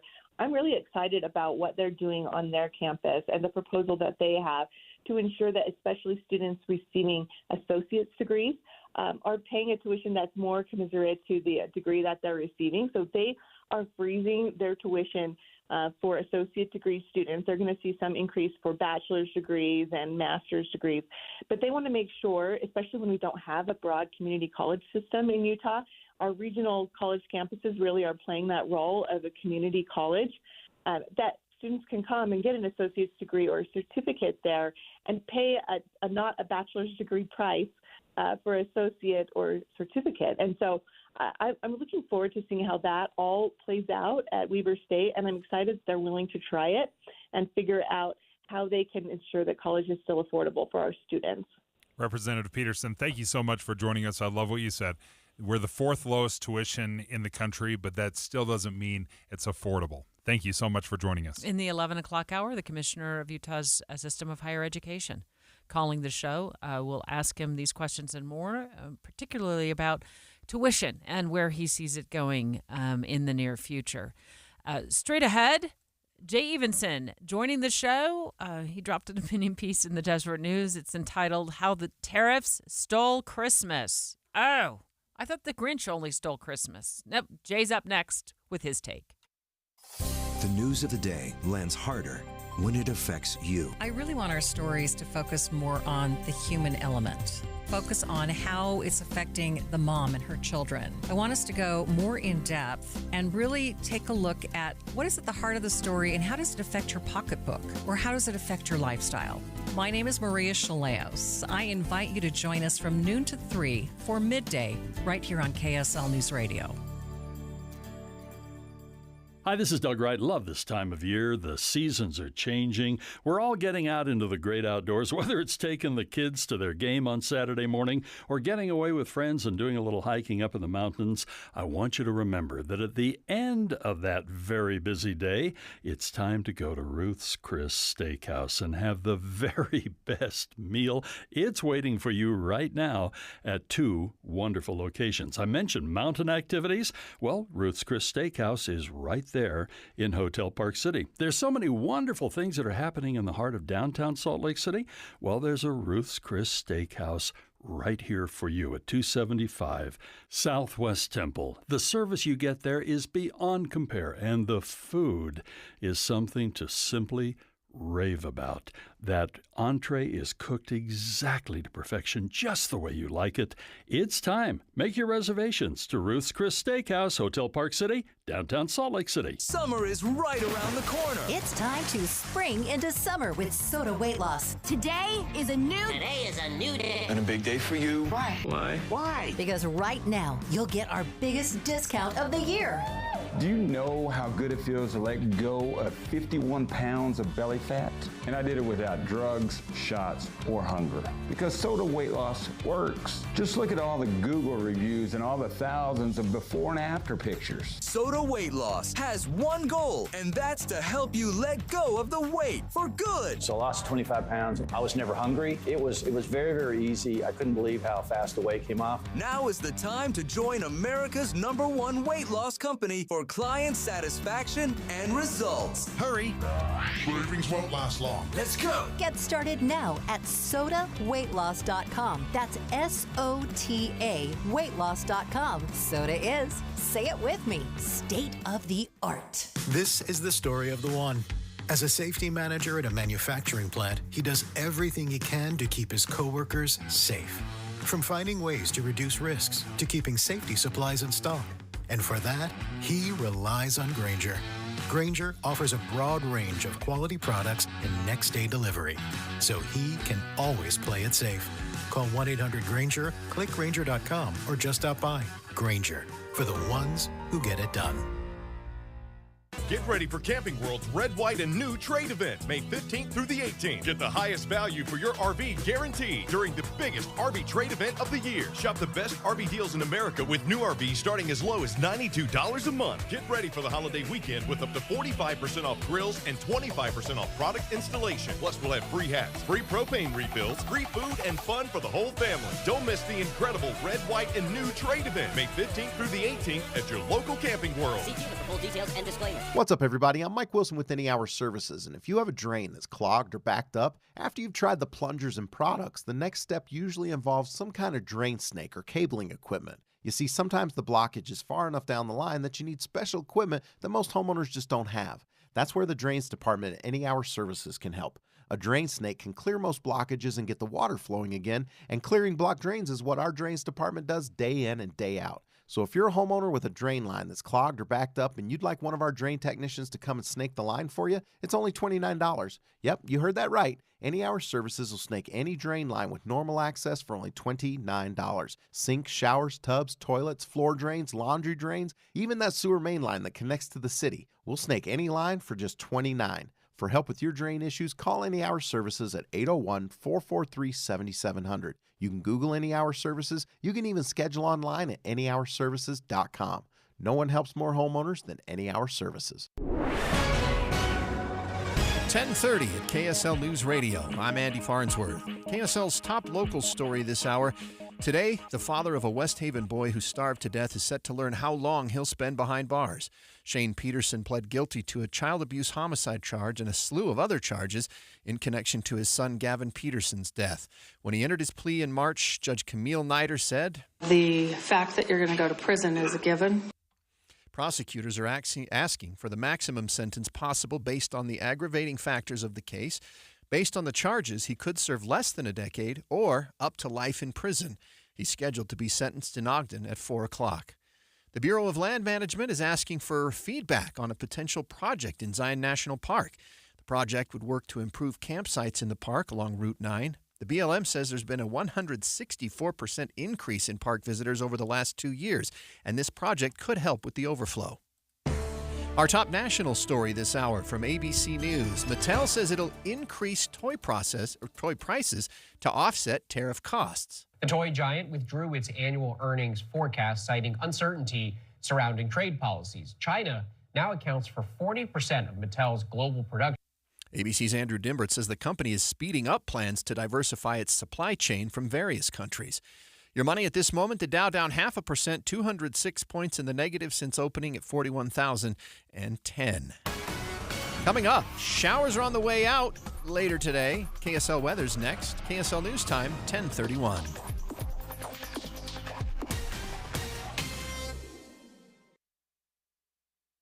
A reminder about the simplest way to get updated for your day. Hit your KSL preset when you jump in the car, and we'll take care of the rest. Hear key news updates and traffic reports. Andy and Amanda from 5 to 9 in your car. KSL News Radio at 102.7 FM. Confidence is knowing you're ready to handle whatever comes your way. That's what it feels like to take on your workday with Cintas. They make sure your AEDs are up to date, your fire extinguishers are tested and inspected, your floor mats are cleaned and delivered, and your workwear looks good, feels good, and is freshly laundered with the Cintas Apparel Plus program. So are you ready to take on today? Visit Cintas.com. Oh, I'm ready! And get ready for the workday. This message comes from Viking, committed to exploring the world in comfort. Journey through the heart of Europe on an elegant Viking longship with thoughtful service, destination-focused dining, and cultural enrichment on board and on shore. With small ships that bring travelers closer to the destination, there's more time to explore. And every Viking voyage is all-inclusive, with no children and no casinos. Discover more at Viking.com. Traffic and weather together on KSL News Radio, brought to you by Mountain America's homegrown home loans. Let's go to the traffic center and Len Thomas. Oh, we're looking a lot better right now. On the north end of the West Belt, a crash still has the northbound ramp to 700 North closed, but the traffic pattern is less, and it's adjusting to it well at this point. And on the point of the mountain in Utah County, it's still wet there, but the traffic flow is working well around the corner there as you get over the point of the mountain into the downtown, all the way into the downtown area with smooth sailing. You're looking pretty good on I-80 all the way up to Silver Summit, and if you're heading out to Tooele or coming in from Tooele, there's no delays at this time.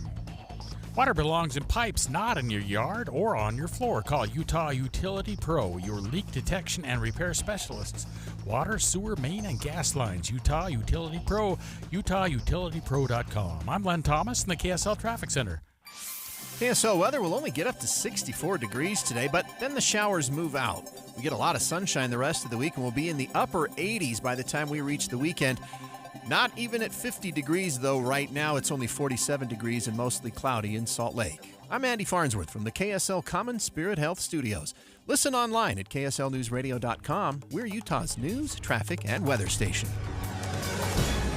Dave and Dujanovic, your morning companions for talk, analysis, and key perspectives on Utah's biggest stories on KSL News Radio. Jay Evenson in the house, the opinion editor of the Deseret News.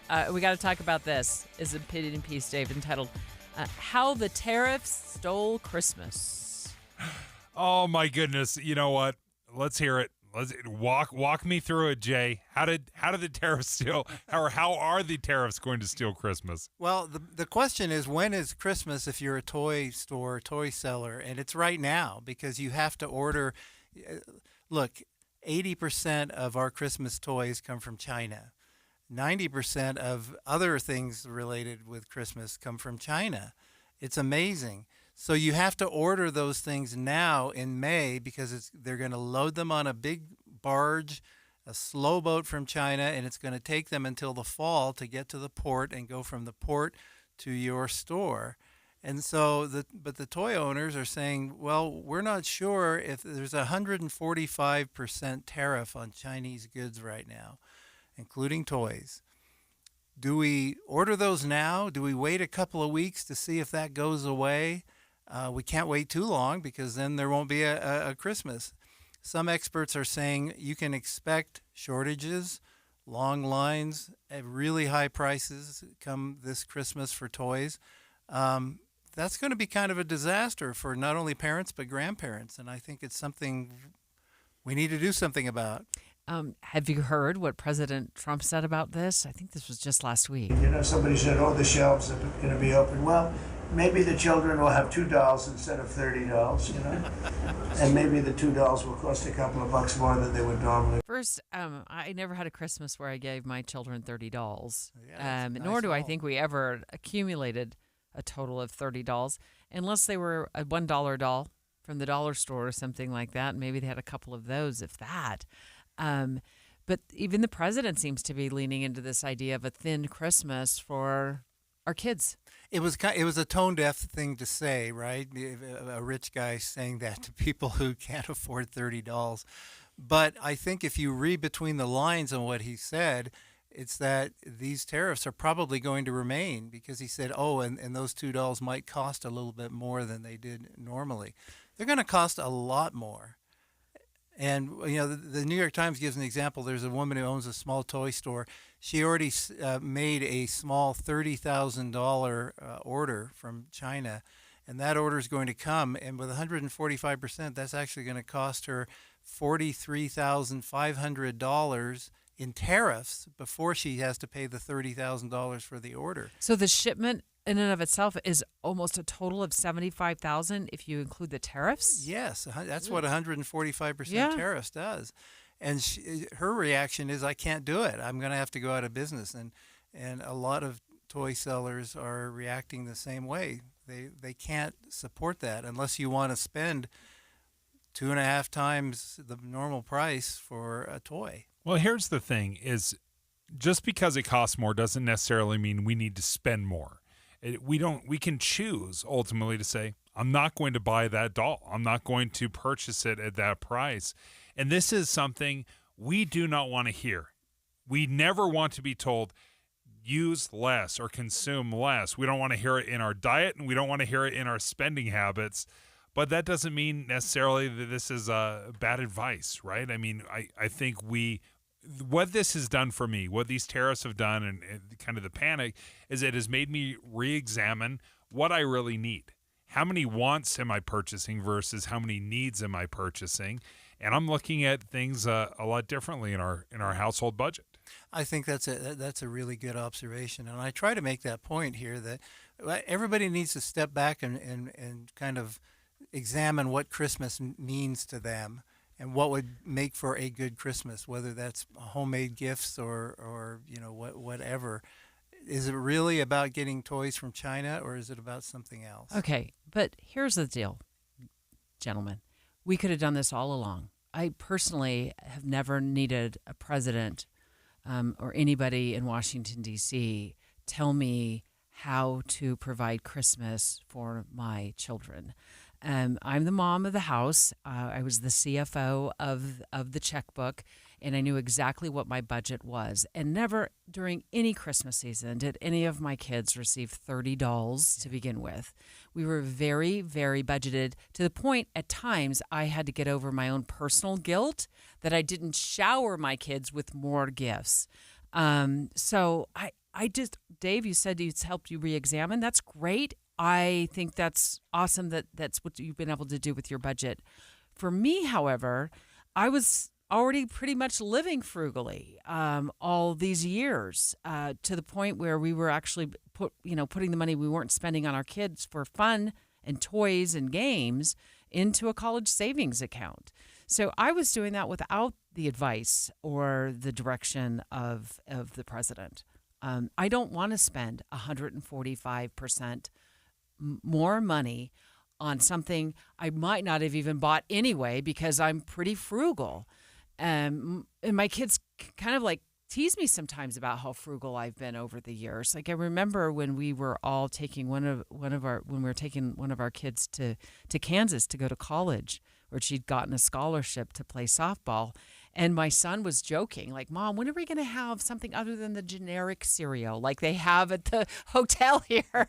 Like, we want real Captain Crunch, no more Lieutenant Munch, So I don't need that from the White House. But you think some people do, Jay? Well, yeah, and that's laudable. And I'm sure your kids had friends who got all the big stuff, and they're wondering why they didn't, get it. I'm not saying my kids were, we were careful. We were careful with our money. Yeah. I didn't need that to come from President Reagan, President Clinton, President Bush, President Obama.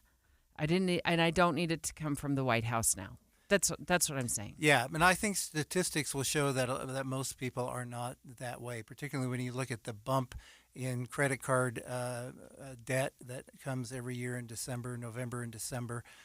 We're doing a lot of spending, and it's going to be forced on people. I look at my own situation. I have 11 grandkids, and I want to get something. Every year we want to get something for each of them, and we look for things that are inexpensive. And if it gets too out of hand, too expensive, it's going to be hard to do. And I don't think we're alone in that. One of the biggest struggles here is folks are starting to order from China is if it's taking months to travel on the slow boat from China, we have no idea what's going to happen in those months, right? I mean, you may order it with this expectation. Trump may put another 90 days, or maybe he'll exempt toys like he's exempted, other things. We just have no idea, and that uncertainty makes it all the more difficult. But if you're a businessman, you're making this order, you don't want to be rolling the dice to think, okay, what am I actually going to pay for this? Therefore, I'm just not going to order it. Yeah, and then be the one toy seller that has nothing with no exemption when Christmas comes.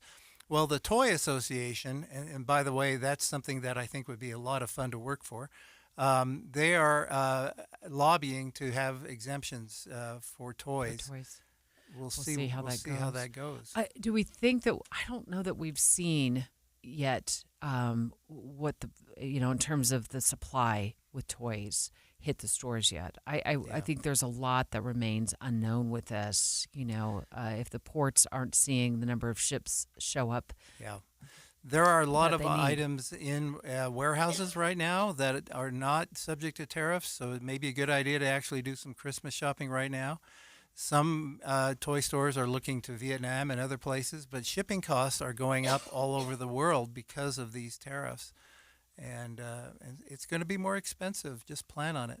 Everybody remember Tickle Me Elmo? Oh, yes. Buy that in April.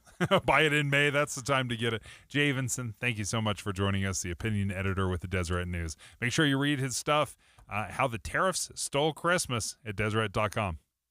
When should you file for Social Security to get the most out of your benefits? Get the answer in a free report, your guide to filing for Social Security in 2025 and beyond. It's from Boss Retirement Solutions. If you've saved more than $200,000 and have not filed for Social Security, get your free report now by calling 801-251-1046. 801-251-1046. There's more to maximizing Social Security than filing for your benefits early or late. This free report details all of the different things you must consider that could help you get the most net income from Social Security. Wring every nickel out of your benefits that are rightfully yours. Get your free report now by calling 801-251-1046. That's 801-251-1046. Boss Retirement Solutions is not affiliated with the Social Security Administration.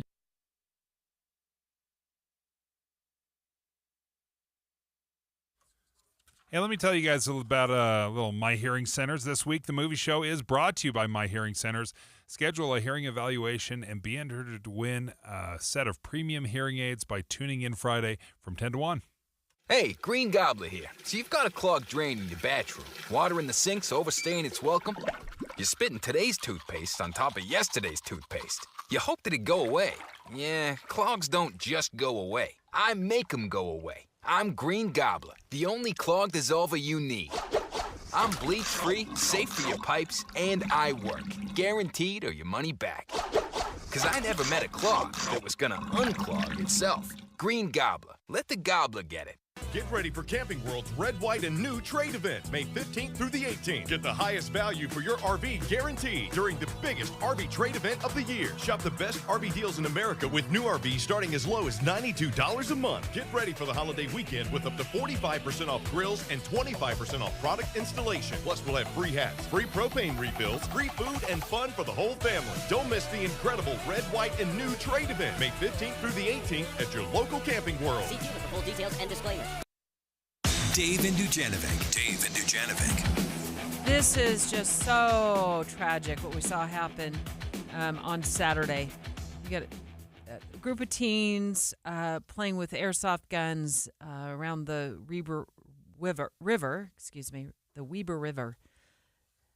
Two of the boys end up going into the river. One never resurfaces, rescued. And then dies. And it just is a reminder, and we've done so much coverage, Dave, over the years about water safety just on this show, about how crazy wild the rivers are running now and how quickly something fun can turn tragic. This has always been one of my biggest fears, in part because I was a whitewater rafting guide, and I could not stress enough to kids, even adults as well, who think, I'm a great swimmer, how powerful the river is, especially during runoff. When that cold water hits you, it takes your breath away, your muscles will freeze up. You may be this amazing swimmer in the pool, but in a river, when it is cold, is a completely different thing. Hi, Ty. Hello. Ty Hunter's the boating program manager for the Utah Division of Outdoor Recreation. I mean, I know these boys weren't boating. They were out playing around the Weber River. It sounds like they were out there having a good time with their airsoft guns. And then before you know it, now those who survived it have basically like a life of just thinking back on this tragic moment. And we have a 17-year-old who died. Yeah. It's again, I can't put words to it other than just tragedy. With it, it's really sad that it occurred, and like I said, it's life altering for everybody involved, the family and his friends. Ty, do we know anything more about what happened here? Was it just a couple of friends out there having fun, running around? Was it like a more organized thing, like the senior assassin games that are out there? Do we know anything about that? I don't know anything more with that. I just know that they were out there playing with airsoft guns, and two decided to jump into the water. So they jumped in the water. It wasn't a matter of accidentally like slipping in the water. Correct. Correct. It was voluntarily going into the water. It just even makes it more sad. I mean, it's sad no matter what, but that's sad. So let's talk about how crazy wild rivers get this time of year, because you and I and Dave have talked about this in the past. We have sat out at the banks of rivers, safe distance away, and creeks and Utah Lake, and talked about the dangers of water.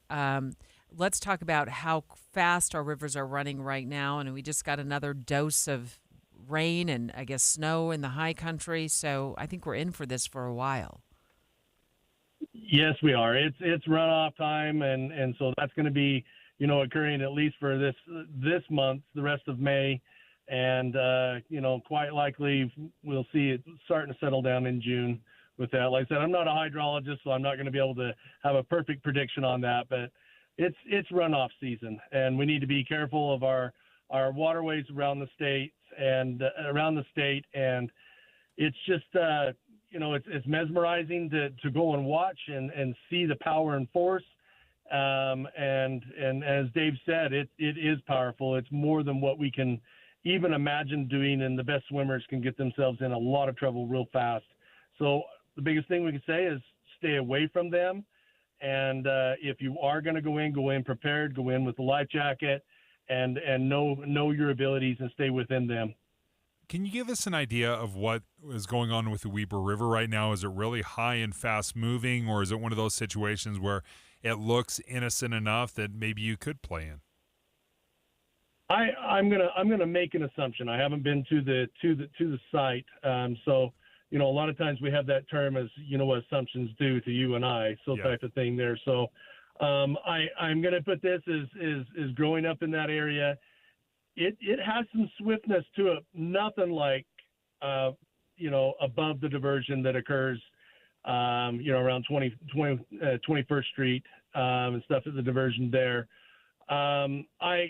I would say it's going to be slower, but with still a lot of force that can occur. So it's probably one that they didn't think that there was too much of a hazard, and that a lot of that's kind of like a canal. The surface may not be moving fast, but below the surface, it is moving faster. Well, the cold. I mean, these water, yes, and very cold. Yeah, these bodies of water are so cold. What is your best advice, Ty, if we have a friend, we see somebody that goes in the water, you don't want us going in after them, right? If we're on the bank of the river, or we're standing on the sandy beach on a lake. Yeah. So the biggest thing, and I think I'll say it again. I said it on your show before, but of course the reach. If somebody goes in, you want to get something to try to reach for them. If you have something to throw, I mean, you can have, if you have a rope, even extension cord, something that you could throw. Try to utilize that to throw to them to bring them in closer to shore and bring them safety. And then the last one is go, and that is go for help. And here's what I said the last time with this, and is don't go in the water. We don't need to multiply the victims. I know that is an awfully, awfully hard thing to say, but if I can put it in this perspective, if your friend or loved one fell off a cliff, would you jump after them to save them? And that's what we need to kind of get in our mindset at that point in time. The best thing we could do for them is call for help and get people that are equipped to come in and help them and see if we can get them back to safety. It's the best visualization I've ever heard, Ty. Thank you so much for joining us. If someone jumped off a cliff, you wouldn't jump off the cliff after them to save them. It's the same thing with these rivers. Thank you so much for joining us, Ty. I want to bounce some statistics off you, and this is from the Utah Department of Health and Human Services. 29% of Utah drowning deaths, this is from 2011, Dave, to 2020, are children aged 0 to 18. Okay. 31 Utahns die from drowning each year. Okay. So a good swath of those are our children.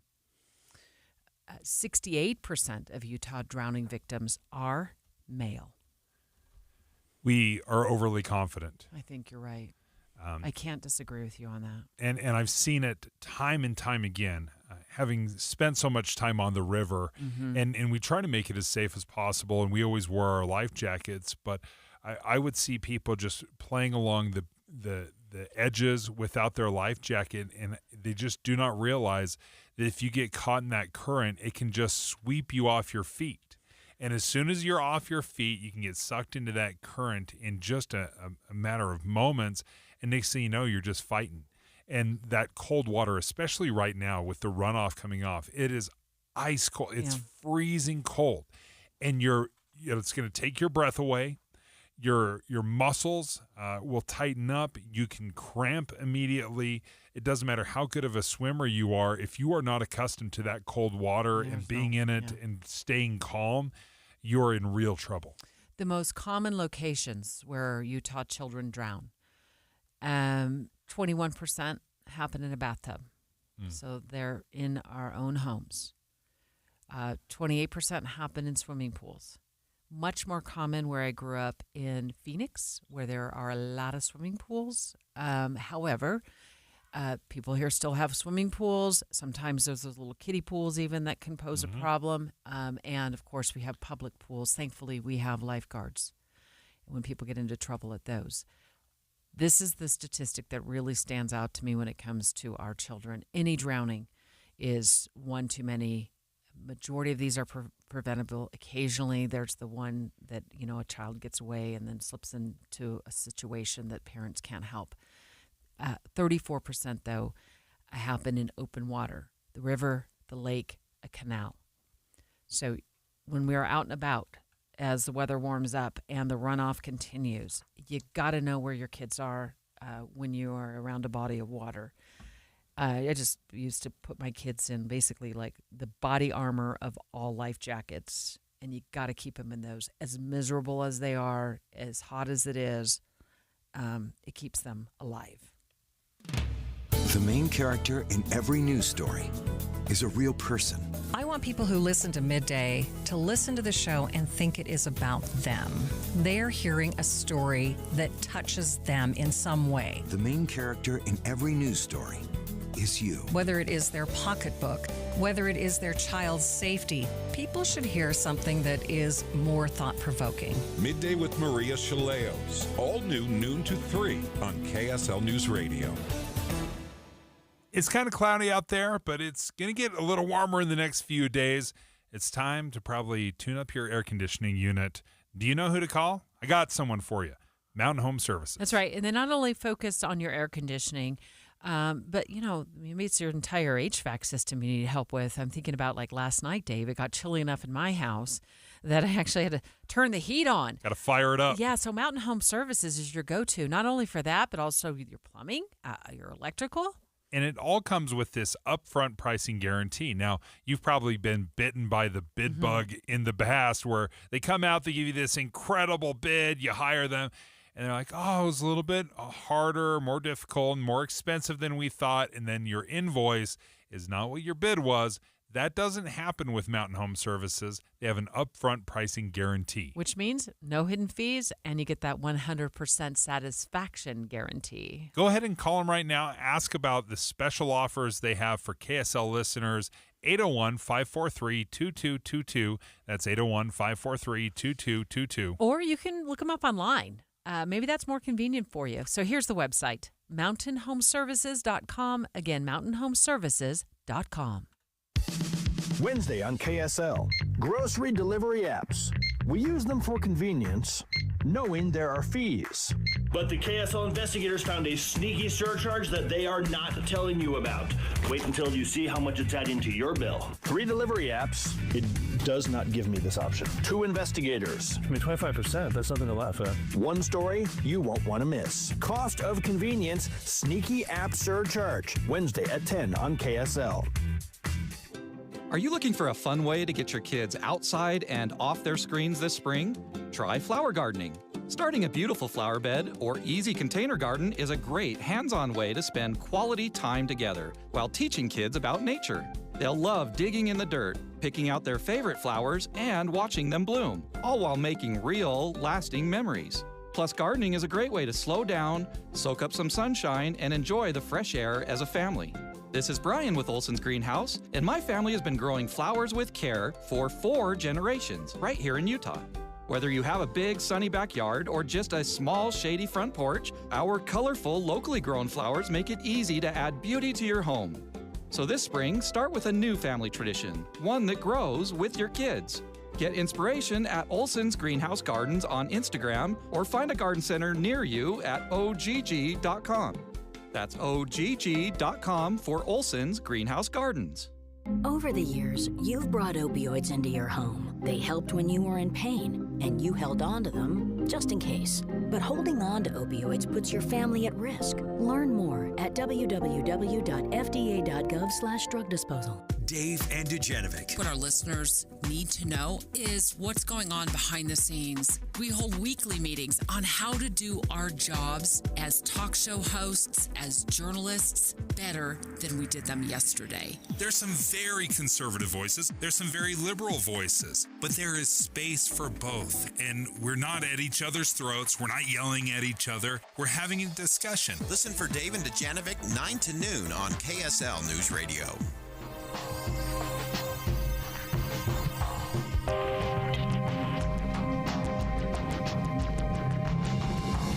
KSL FM Midvale. KSL Salt Lake City. From the KSL Common Spirit Health Studios, this is KSL News Radio. Utah's news, traffic, and weather station. A 11 o'clock at KSL News Radio. I'm Becky Bruce. KSL's top story this hour: people who live in Orem near the site of a fatal officer-involved shooting last night are reacting to what happened. Bob Ross lives in the area of 8th East and 4th North. He says he learned something had happened last night when his son came home to police lights and a road closure next to their house. I mean, obviously surprised because we really do feel safe. It is a great neighborhood, lots of families and lots of good neighbors. Everybody looks out for each other, so it was really surprising. Another of Ross's neighbors, who's been living in the area for 5 years, says she's never seen anything like this happen.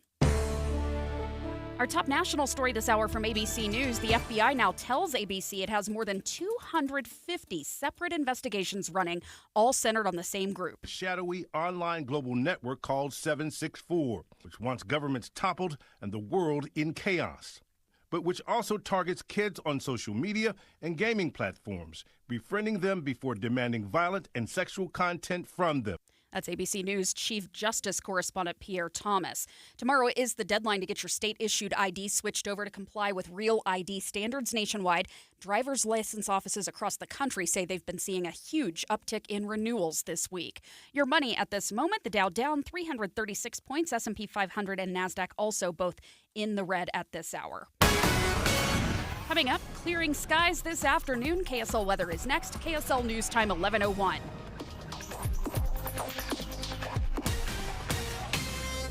The sources where we get our news matters. When you listen to Utah's Morning News, we want you to feel the stories are important to you and trustworthy. This is Amanda Dixon. And I'm Andy Farnsworth. Join us weekday mornings on KSL News Radio. Hi, this is Doug Wright. For years now, I've been telling you about Connecticut soft water systems that use 2/3 less salt than the others. But I've never told you exactly how they do that. Well, there are several ways, so consider this as part one in a series. Most of the softeners out there use a finicky, hard-to-adjust computer to guesstimate when to cycle, and it errs on the side of cycling too often, which means it'll burn through way too much salt way too soon. Connecticut is different. It has an all-mechanical system that measures the water precisely. No computer, no guesstimating, so it cycles only when needed. The result? Connecticut delivers perfectly soft water 24/7 using minimal salt. So why not save your lower back from carrying the 3 bags of salt when all you need is 1? Call Northern Utah's authorized Connecticut dealer, Connecticut Quality Water Systems of Salt Lake. Call them now, 801-576-8600, or log on to softwaterutah.com and tell them Doug sent you. Comcast cares about local small business. That's why we're excited to announce that Comcast Rise is back for 2025. Since launching in 2020, Comcast Rise has supported over 14,000 entrepreneurs nationwide with technology, media presence, and crucial business coaching and education. And now, Comcast is awarding comprehensive grant packages to 100 small business owners right here along the Wasatch Front. You and your business could receive a massive technology makeover, complete with computer equipment and services for 12 months, a professionally produced TV commercial, and mentorship to help grow your business with access to online entrepreneurship courses, plus a $5,000 grant. This is an incredible opportunity to grow your business. Check eligibility and apply by May 31st at ComcastRise.com. ComcastRise.com. Applications must be received by May 31st, 2025. No purchase necessary. Must be 18 or older in eligible zip codes and meet the outlined criteria. See full rules, terms, and conditions at ComcastRise.com. Comcast Rise. Empowering small business to thrive. And now, the moment we've all been waiting for. It's time to spring into summer with Soda Weight Loss, because right now you'll get our biggest discount of the year. Are you serious? Just 3 weeks in, and the pounds are dropping off very quickly. I am down 26 pounds in 3 weeks. Every single day, Soda Weight Loss is helping people let go of the weight without drugs, without hunger, and the weight stays off. I let go of 50 pounds. It felt unreal. I was so proud of myself. My body did exactly what it wanted to do. I just gave it its tools. Let's spring into summer right now with Soda Weight Loss. If you want to look like this for summer, now is the time to join America's #1 weight loss company for client satisfaction and results. Remember, this is our best offer of the year, so let's go. Get started now at SodaWeightLoss.com. That's SOTA weightloss.com. Soda is, say it with me, state of the art. Getting help with plumbing repairs is easier than you think. All you have to do is call Any Hour Services or schedule an appointment at anyhourservices.com. No one helps more homeowners than Any Hour Services. Traffic and weather together brought to you by Mountain America's homegrown home loans. Here's Lynn Thomas in the traffic center. Thank you. It's been a lot of moisture in the morning all over the traffic, but right now the traffic is moving well in Lehigh and around the point of the mountain, but drying out, and in the cities as well along the Wasatch Front. I-80, sailing along from Tooele and the Great Salt Lake to the airport and eastbound up the canyon to Kimball Junction and on to Colville. Otherwise, really no delays across the state at this point. There is one crash northbound I-15 on the right shoulder just before the Bangerter exit ramp with minor delays in the area. I'm Len Thomas in the KSL Traffic Center. Looking at mostly cloudy skies this afternoon, the high 64, clearing overnight and then mostly sunny tomorrow and back in the low 70s. You've got rain and 47 degrees in Provo, cloudy and 48 in Salt Lake City. I'm Becky Bruce from the KSL Common Spirit Health Studios. Listen online at kslnewsradio.com. We're Utah's news, traffic, and weather station. Dave and Dujanovic, your morning companions for talk, analysis, and key perspectives on Utah's biggest stories on KSL News Radio. You know, the Utah Hockey Club might have just slipped up last week when it revealed on YouTube the club's handle, which is the Utah Mammoth, but then the whole account got deleted. Never mind. No one saw anything. This didn't happen. We're going to get an update on that in just a moment from our hockey insider. What is going on with the naming of our hockey club? Does he know anything more this week that we didn't know last week? But once this all happened, and of course, Dave's been a huge fan of naming the hockey club the Mammoth, I started wondering, what is the significance of the Mammoth to Utah? So our producer, the amazing Caitlin Johnston, has been doing all of the research for us. And in a moment, we're going to have somebody on the air from, I think, Price. Is it Price? Caitlin's not here today to get in my ear. She's off. We don't generally let her have a day off because of moments like this, but she's off today. She has a concert tonight, Debbie. Oh, so we're gonna have the curator of paleontology from Utah State University's Eastern Prehistoric Museum, which is the home of this massive mammoth that they found in Utah in 1988. That is absolutely key to this story, Debbie, is we have a mammoth that we found here in Utah, because every name out there that we were throwing about, it had Utah ties. Utah Mountaineers, the Utah Yeti, the Black Diamonds, the Outlaws. All of these have a direct tie to Utah, which is what I love, because the Utah Jazz is so weird.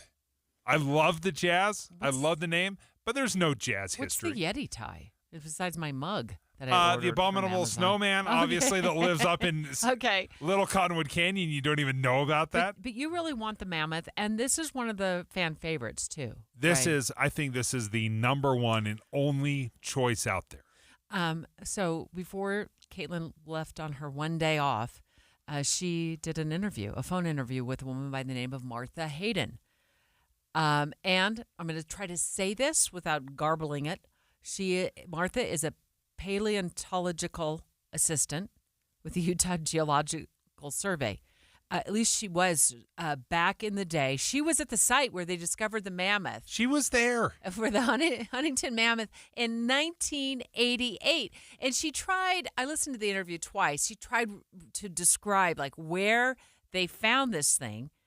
And I heard Skyline Trail, which I've been on before many times. Love that. It's super high up, and it's, you drive along there. It's Fairview and Huntington. And anyway, here is about a 1-minute clip of Caitlin's interview with Martha, who was there digging the mammoth out.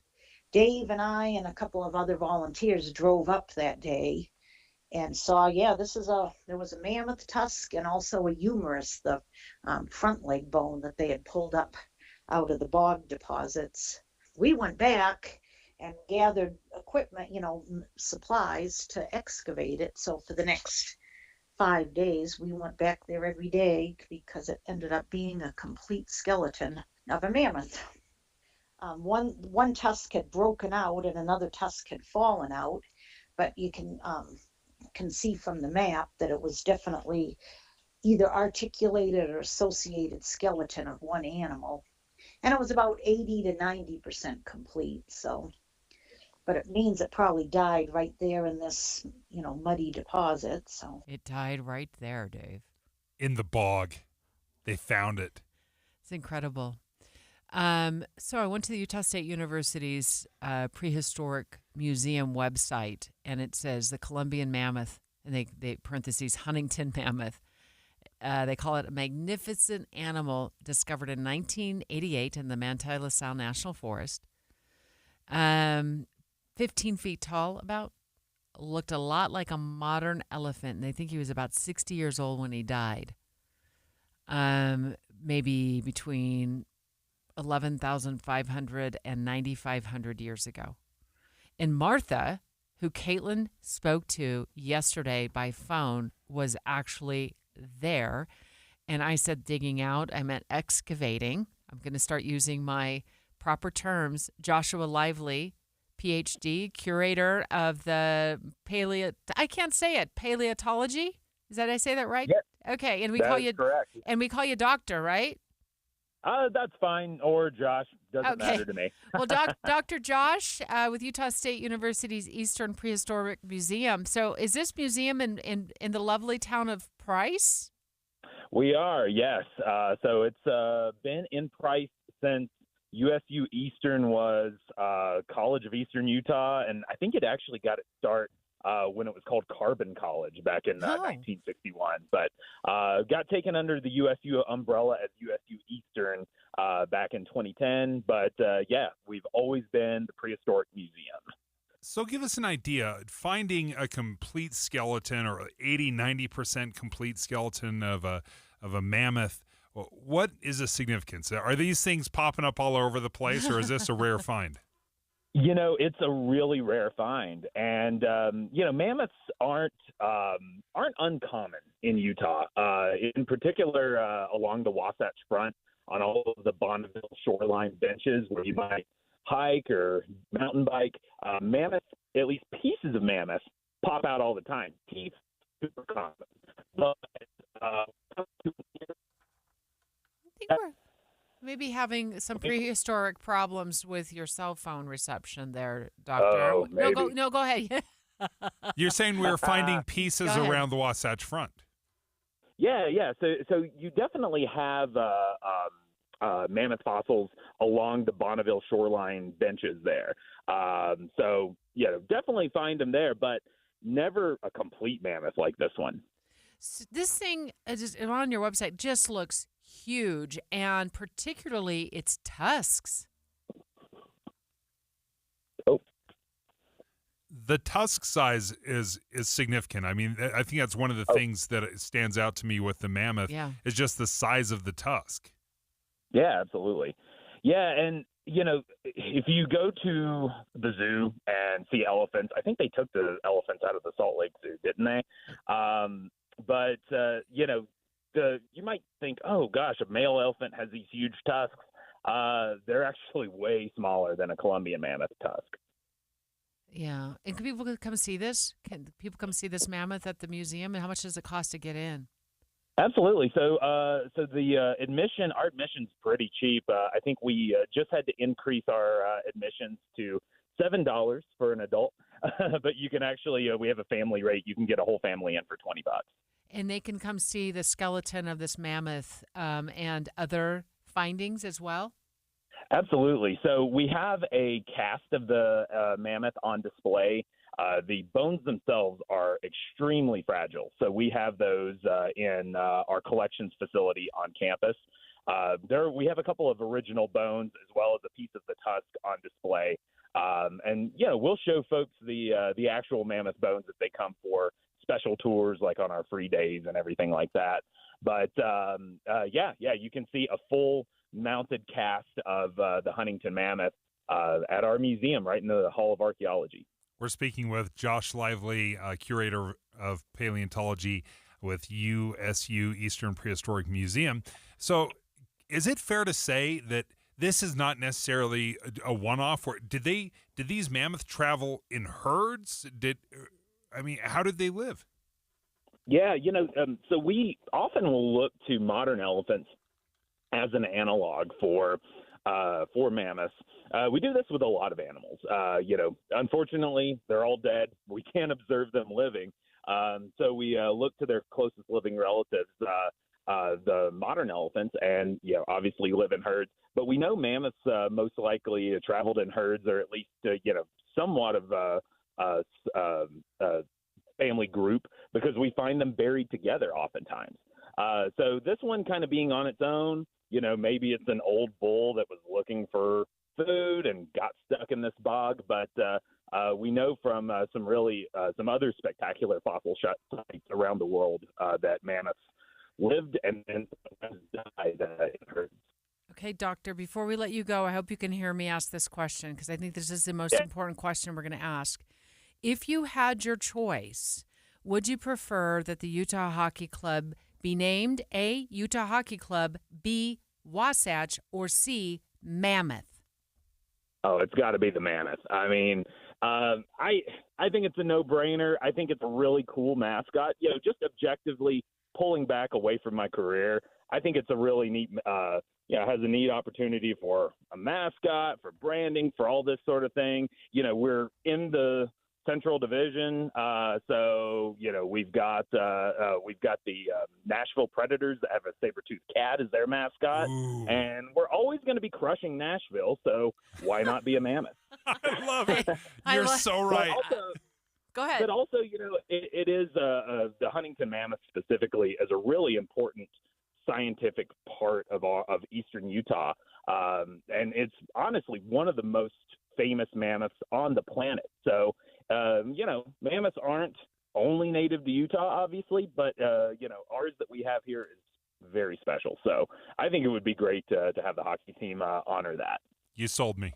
I was already all in, but if it was like cemented, I'm all in. Thank you so much for joining us. Joshua Lively, the curator of paleontology with Utah State University's Eastern Prehistoric Museum. Hi, Cole. You there? Yes, how are you guys? Hi, good. Cole Bagley back with us on the show, our Utah Hockey Club insider. You're the one who broke the story, and you joined us on air recently about maybe them just giving it away on their YouTube channel, that they might be going with Mammoth, but then the channel got deleted. Bring us up to speed on what they're doing with the naming of this team. Yeah, so, they've stuck to their guns, and they just said, hey, we will announce the name at some point between now and, next season. And they're excited to do that. Obviously, got involved with the community very heavily process with several rounds of voting. About a week ago, the YouTube channel had a Utah Mammoth handle before it was ultimately deleted. And then when it came back online, it said Utah Hockey Club. So that's as much of an update as we have in terms of the naming process as of right now. But, all signs are kind of pointing towards Mammoth right now. So often when something leaks out, you'll have kind of this visceral reaction from the fan base. They'll either love it or they hate it. What has been the general reaction when the name Mammoth was released? I think it's been mostly positive. From what I was able to kind of collect in terms of a personal poll that I did on my own X account that had over 5,000 votes, and interacting with fans at games throughout the season and on social media and platforms like that, I think Mammoth was the favorite. And I think there was a lot of support for Outlaws as well.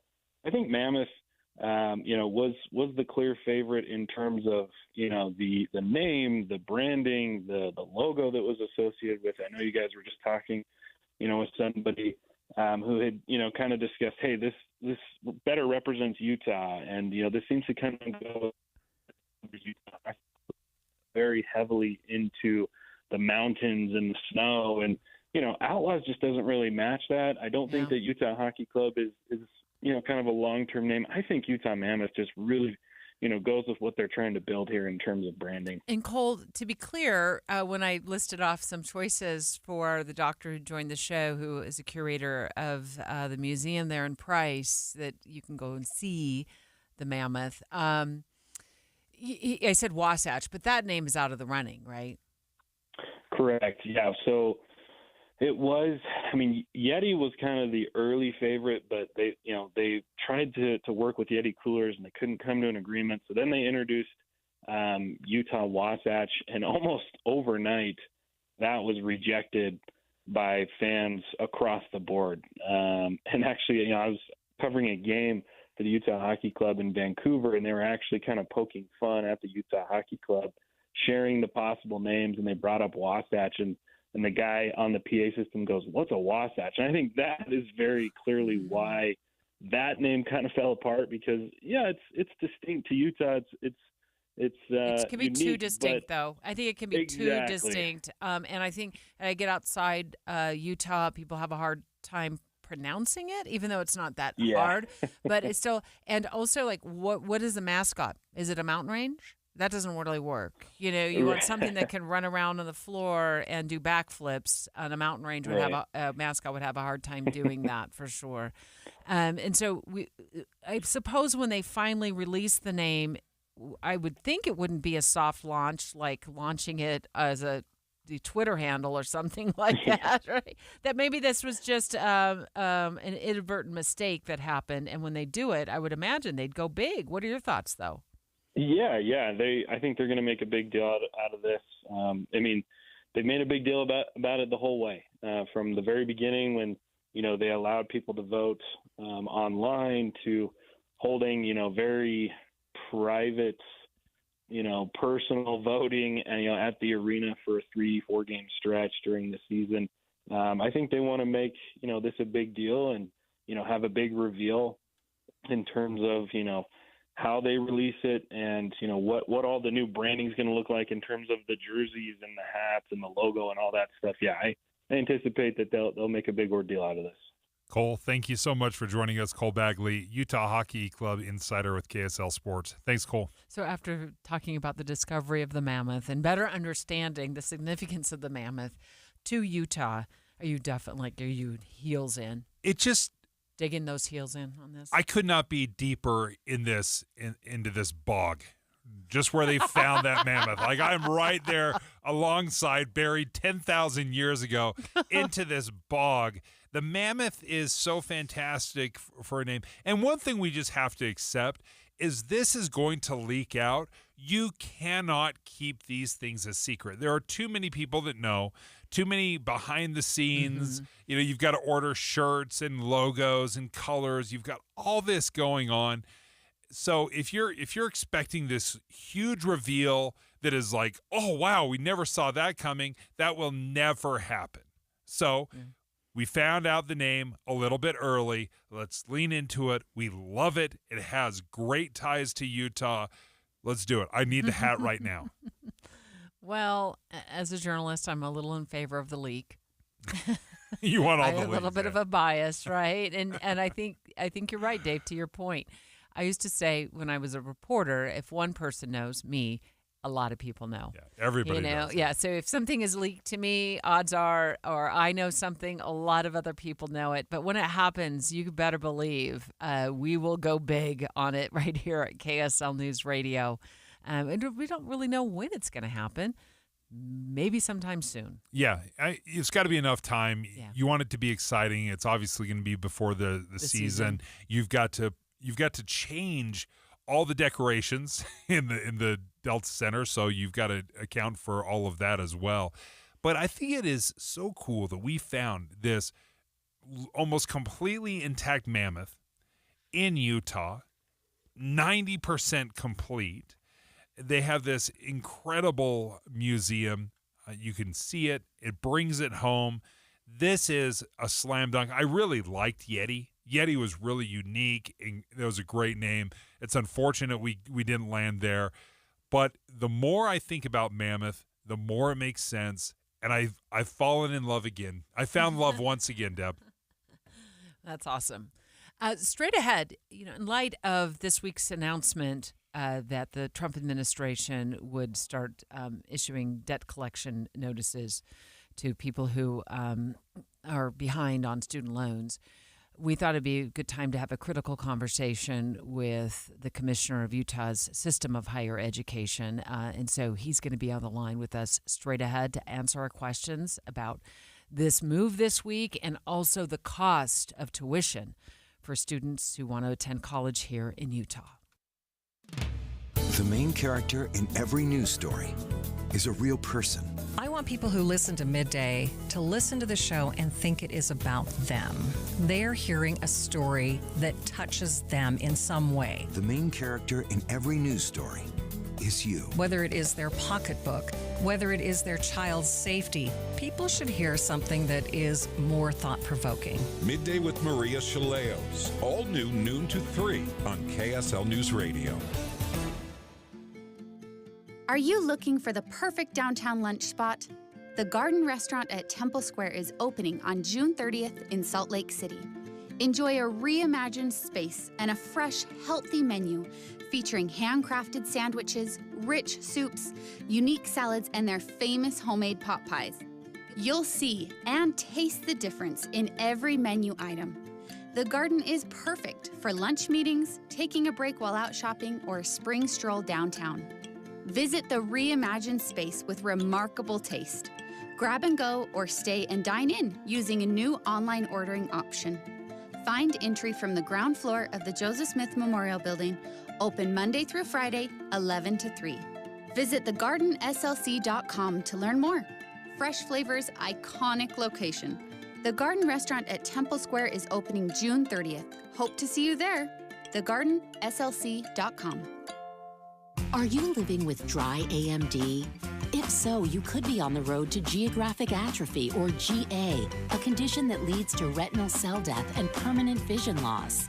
But with Izervay, you can slow it down and get it going slower. Izervay slows GA progression by targeting a key source of retinal cell death, which may help preserve your vision longer. Izervay, or Avastin Capted Pagel, is a prescription eye injection used to treat GA. Don't take it if you have an infection or active swelling in or around your eye. Izervay can cause eye infection, retinal detachment, or increased risk of wet AMD. Izervay may temporarily increase eye pressure. Your vision may be impaired after an eye injection or exam. Don't delay. Ask your doctor about Izervay today. Izervay gets GA going slower. Visit Izervay.com. That's IZERVAY.com. Paid for by Astellas Pharma. Is your financial advisor offering you up to a 30% upfront bonus? Are they promising you up to 10% growth per year guaranteed for your retirement income? If not, you need a new financial advisor. I'm Jeff Jr., founder of Trajan Wealth. If you plan to retire within the next 10 years, don't wait only to find out it's too late. I've seen hard-working folks like you retire only to be required to go back to work, all because their advisor told them guarantees like these were too good to be true. They're not. That's up to $30,000 up front or up to $10,000 per year on $100,000, all guaranteed for retirement income. Don't work when you're supposed to be retired. And if any financial advisor tells you it's too good to be true, they simply don't have the options we do. Call Trajan today at 801-899-7600. Annuity guarantees are based on the claims paying ability of the issuing insurance company. This is the story of the one. As a lineman, he does whatever it takes to keep the power on in his community. And he wants a partner like Grainger who does the same. Grainger offers the professional-grade products he needs, from voltage detectors to harnesses to hard hats, plus fast, dependable delivery, so he can rise to every challenge. Call 1-800-GRAINGER, click Grainger.com, or just stop by. Grainger, for the ones who get it done. Get in the zone, AutoZone. Welcome to AutoZone. What are you working on today? Worried about your battery and the heat? We get it. You don't want to get stranded somewhere with a car that feels like an oven. We've got you covered at AutoZone, America's #1 battery destination. Our free battery testing and charging service can help. And if you need a battery, we'll help you find a new one, no problem. Power through with free battery testing and charging at AutoZone. Get in the zone, AutoZone. Restrictions apply. Jeff Kaplan. When I was a kid, my parents got me a subscription to Newsweek magazine. I would devour every page into the night. And to this day, I sit on my iPad looking for stories for my minute of news, flesh out our coverage, and I get to share the news with you. Jeff Kaplan's Afternoon News, 3 to 7 on KSL News Radio. 11:30 at KSL News Radio. I'm Becky Bruce. KSL's top local story this hour. A Springdale police officer was booked into jail this week accused of pulling out his gun during a family fight. KSL News Radio's Randall Jepson reports. Looking over the probable cause statement, Britt Ballard is accused of threatening a group of family members at a Hurricane home late Sunday night, with those inside saying he grabbed his gun, pointed it at the ceiling, and then made some pretty intense threats. The documents also say all the adults were intoxicated and there were 6 kids in the house at the time. St. George News reports Ballard has been working as an officer for Springdale since 2008. He is currently on paid administrative leave. Our top national story this hour from ABC News. We are officially in a record-high trade deficit, the gap between what the U.S. imports and what it exports, at least for the month of March. That deficit grew 14% in March from the month before. Analysts think American companies rushed to import more goods last month before those tariffs took effect. Your money at this moment, Dow is down 305 points, just off of 1%. S&P 500 also down about 36, NASDAQ down about 137. Coming up, the sun is going to come out tomorrow. KSL weather is next. KSL News Time, 11:31.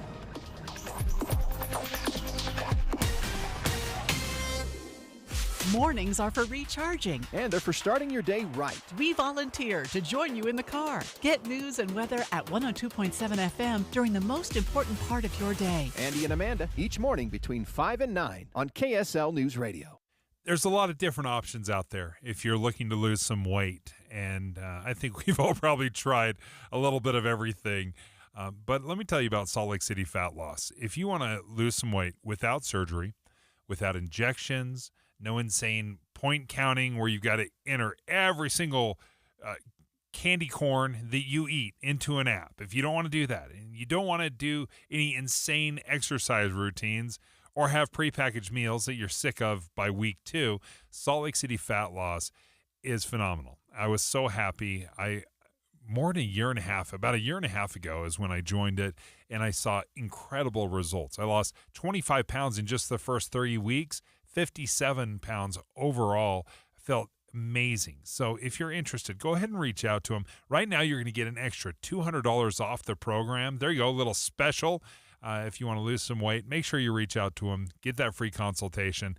slcfatloss.com is the website. Check it out, slcfatloss.com.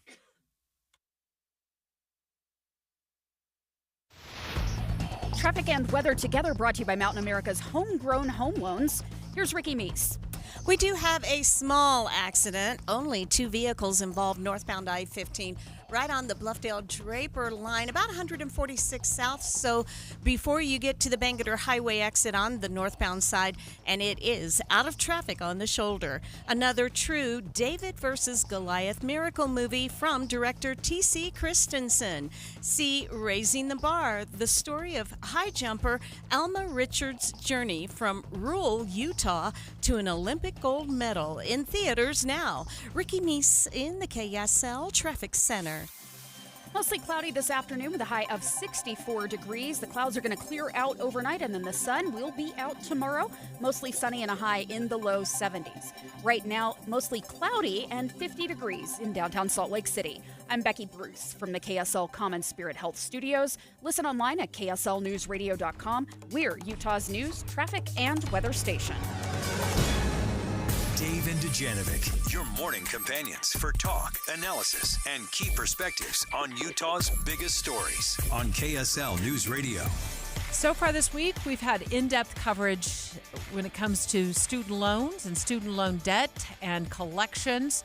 Not only talking about what to do if your loan is in default, but also what to do if you're a graduating high school senior who wants to go to college and you're a little worried about the landscape of the student loan environment right now. And all of that information, please make sure you go to your favorite podcast platform and listen to what our experts have to say about that. And in this moment, we're going to continue this conversation with the Commissioner of Higher Ed here in the state of Utah to talk about, what the student loan situation is here for students, but also the cost of tuition. The numbers that we're seeing as far as people that have student loans here in America, 43 million people in the U.S. have federal student loans. 5 million of those are in default, which means they haven't made a payment in 9 months. They are in default. You've got another 4 million that are in delinquency, which is 90 days without paying. So we're seeing a quarter of people are either delinquent or in default. This is a major problem that we have to look at. And across administrations, Republicans, Democrats, we're trying to figure out exactly what to do and how to handle it, because we're looking at $1.7 trillion that we've doled out in student loans. And no wonder we're having a hard time paying it back. The Commissioner of Higher Ed, Jeff Landward, live on the line with us right now. Good morning. Good morning. Thanks for having me back. Yeah, I think this might be the first time that at least you and I have talked. So thank you so much and welcome back to the show.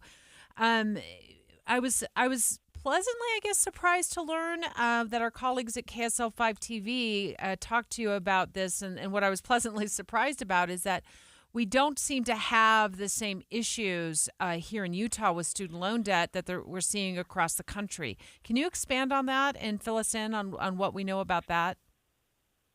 I'm happy to. I have to give credit to the citizens of Utah in general. I think culturally, it doesn't come as a surprise that we're adverse to debt. And that is borne out in what you see when we're compared to our national peers when it comes to student loan debt. Utah just simply on average has much lower levels of student loan debt. Fewer students take out loans for college.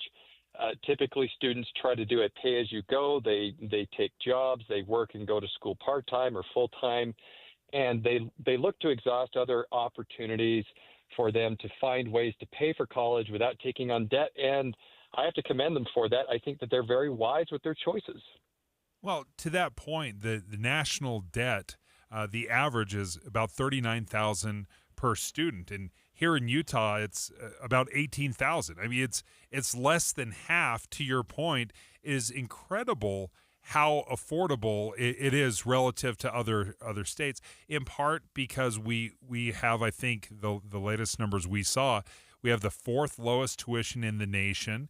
But nevertheless, when we look at the trend is taking on more and more student loans.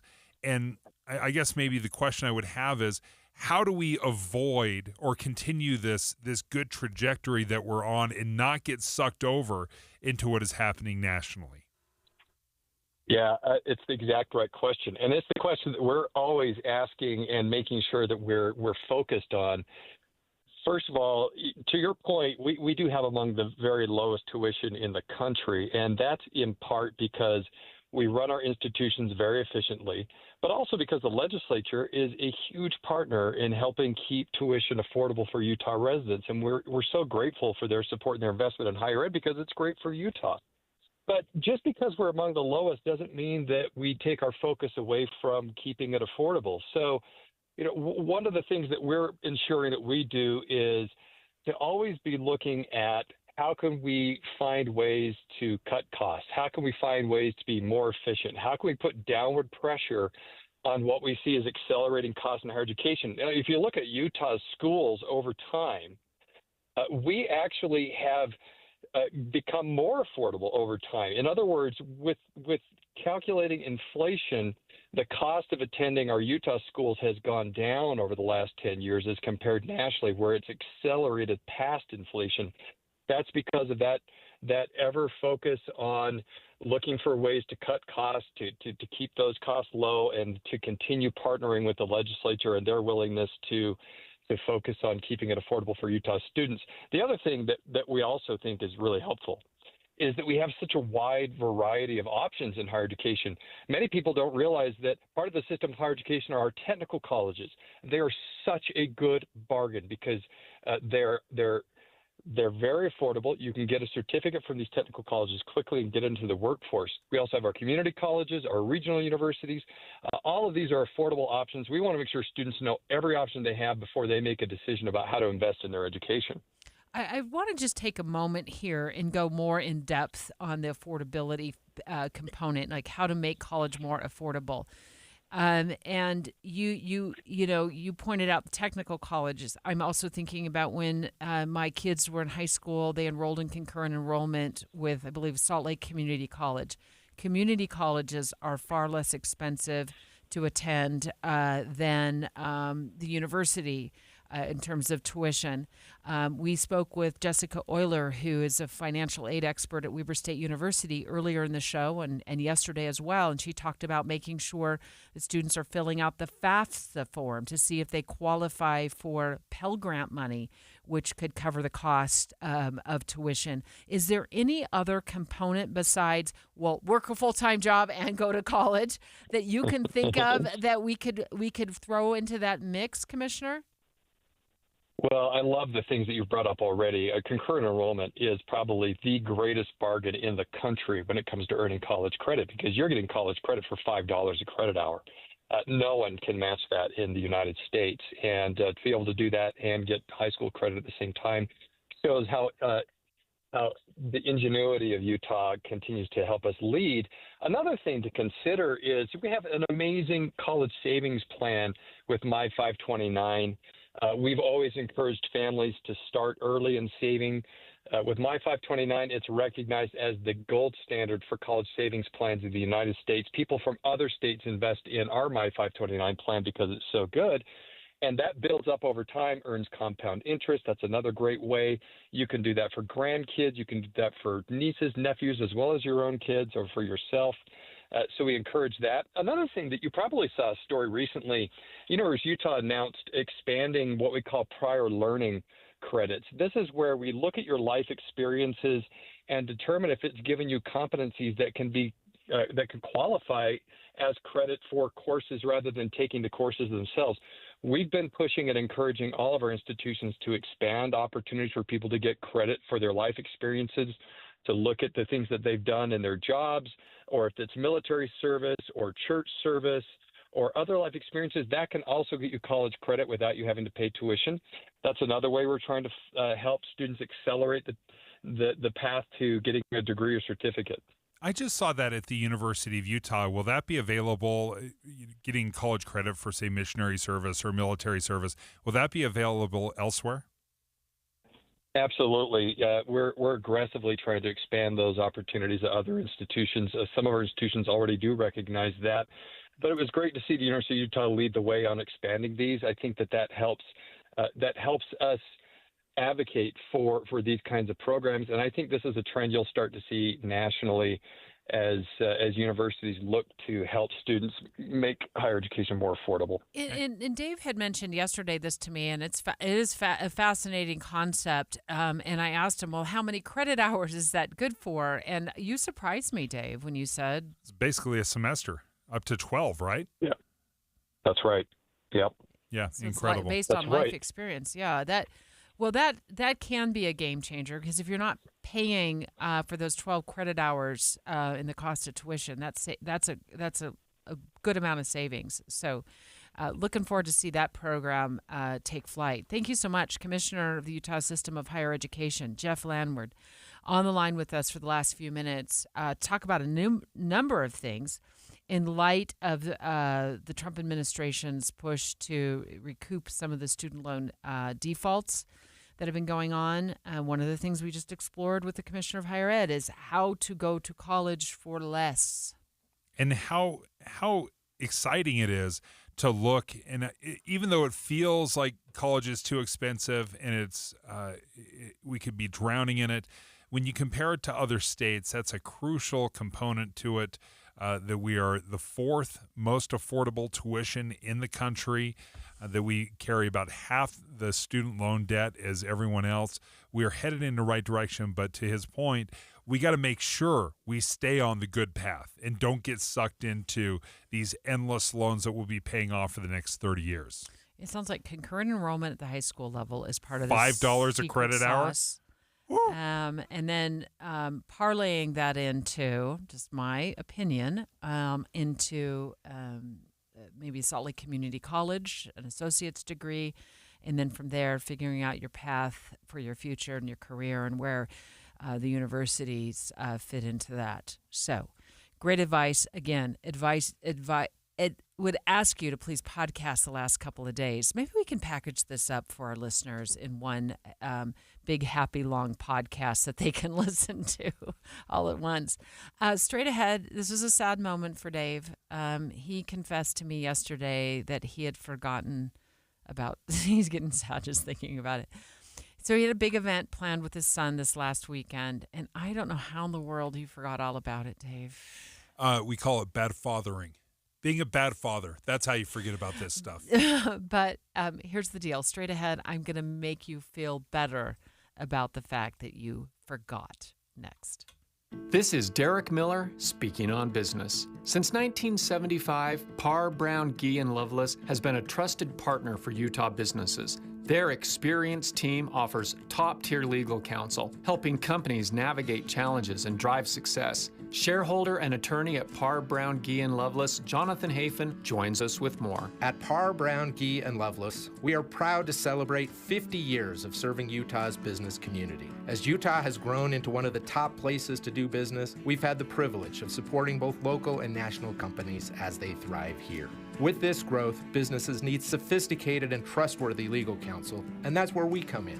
Our team of nearly 100 attorneys and paralegals has extensive experience in business litigation and transactional matters, working with companies of all sizes. Our attorneys are top graduates from local and national law schools, and we represent some of the most recognized companies in Utah and nationwide. But our commitment doesn't stop at business. We are deeply invested in our community, helping Utahns navigate the legal system and offering pro bono support to arts and charitable organizations. To learn more about us, we invite you to visit us at parbrown.com. Parr, Brown, Gee & Loveless continues to lead with a strong commitment to supporting businesses and communities across Utah. Their blend of expertise, service, and community involvement ensures they'll remain a trusted partner for years to come.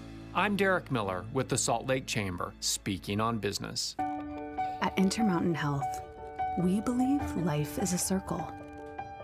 May yours surround you with insight, a healthy perspective, trust, and reassurance.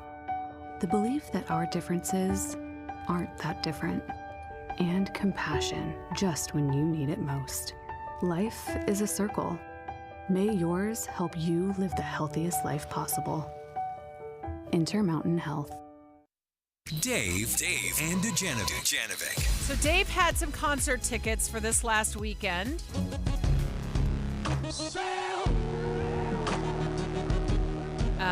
But it turns out he didn't go to the concert. He didn't even remember there was a concert.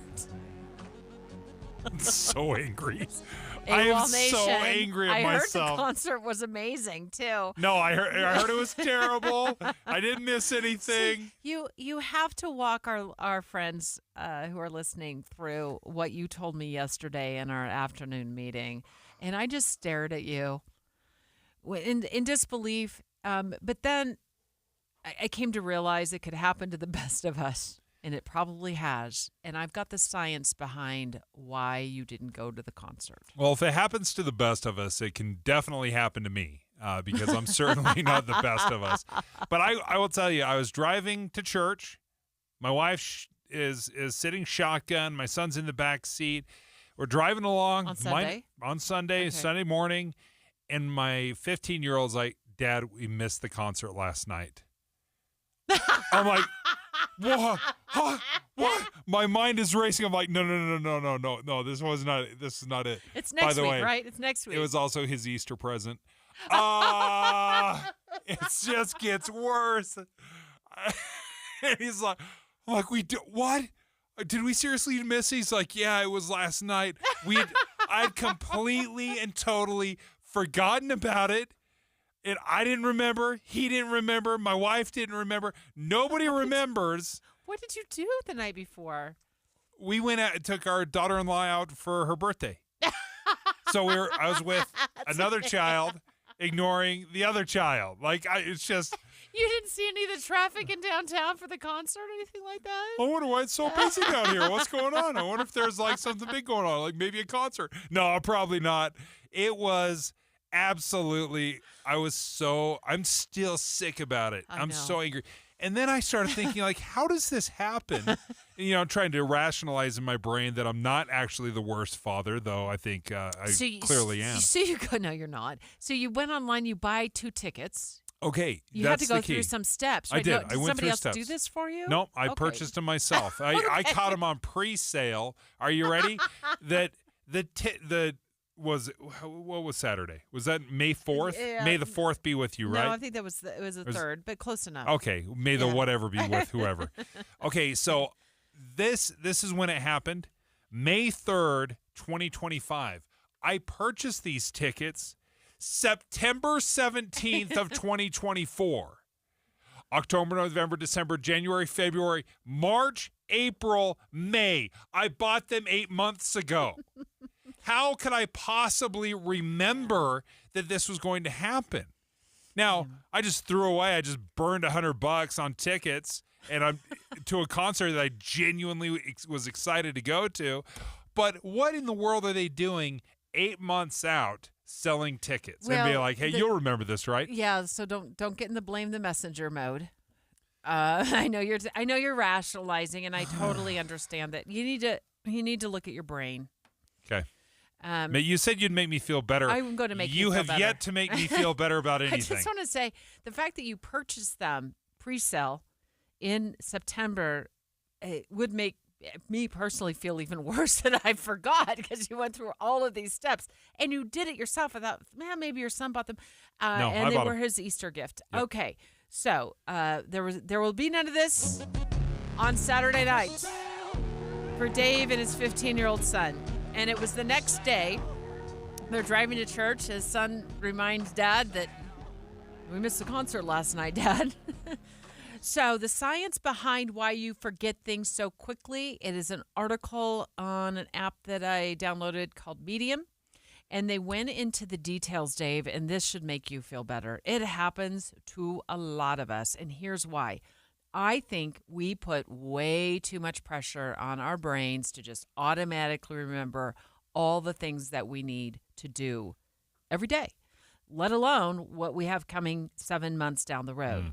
So they cite this study by a German psychologist. His name is Hermann. I'm sure I'm going to get this right, so my apologies up front. Ebbinghaus. He tested his memory, and then he looked at the data after he tested it over, I guess, a significant period of time. And you retain 100% of the information right out of the gates. Makes total sense, right? So, because this is still in your short-term memory. So by the next day, you probably still remembered you had these tickets because you were telling your son, you were telling your wife, and you guys were getting excited for something that's 7 months down the road. But within 2 days, that item in your brain that you promised yourself you're going to remember, your retention actually drops to 40%. Where you just straight up forget it. And then after a week, your retention drops to 10%. So it also cites a video from what they call growth engineering that they summarize it very nicely, saying our brains operate in a very strict use it or lose it policy mode. So we rely on our brains to remember all these things, and then we get mad at it when it forgets. But it's wired to forget because we are wired in a use it or lose it mode. And by 1 week after you bought those tickets, you'd all forgotten you'd purchased those tickets. That's why society invented the calendar app. The Google Calendar. Ever heard of it? Do you use it? I do. I'm usually pretty good at putting it in, but I didn't. And we have a family calendar. So when there's something involved with the family, we put it in the family calendar, not just the personal calendar, so everybody has access to it. So you're doubling up. Yes. You're doubling up. And then what about your son? Does he use his app? Do you no, know? he's 15. He can know. barely he can barely write his name. No, that's not true. He's a teenager. The one You want who to talk about remembered the forgetfulness? tickets, but Hey, buddy, these are socks. Do you know what socks do? They go on your feet, and then guess what they do afterwards? They go in the hamper. Before we turn things over to Maria for the next 3 hours for midday with Maria Chaleos, what would have happened if we remembered it that night and you had a birthday plan with your daughter-in-law and your other son? Who See you gets guys. priority? You would have gone to the concert. We're going to the concert. All right. We can have dinner anytime. All right. Well, while you forgot, it's because we are wired to forget. You're not a bad dad. It's just a one-off here, Dave. You're going to write everything down from now on.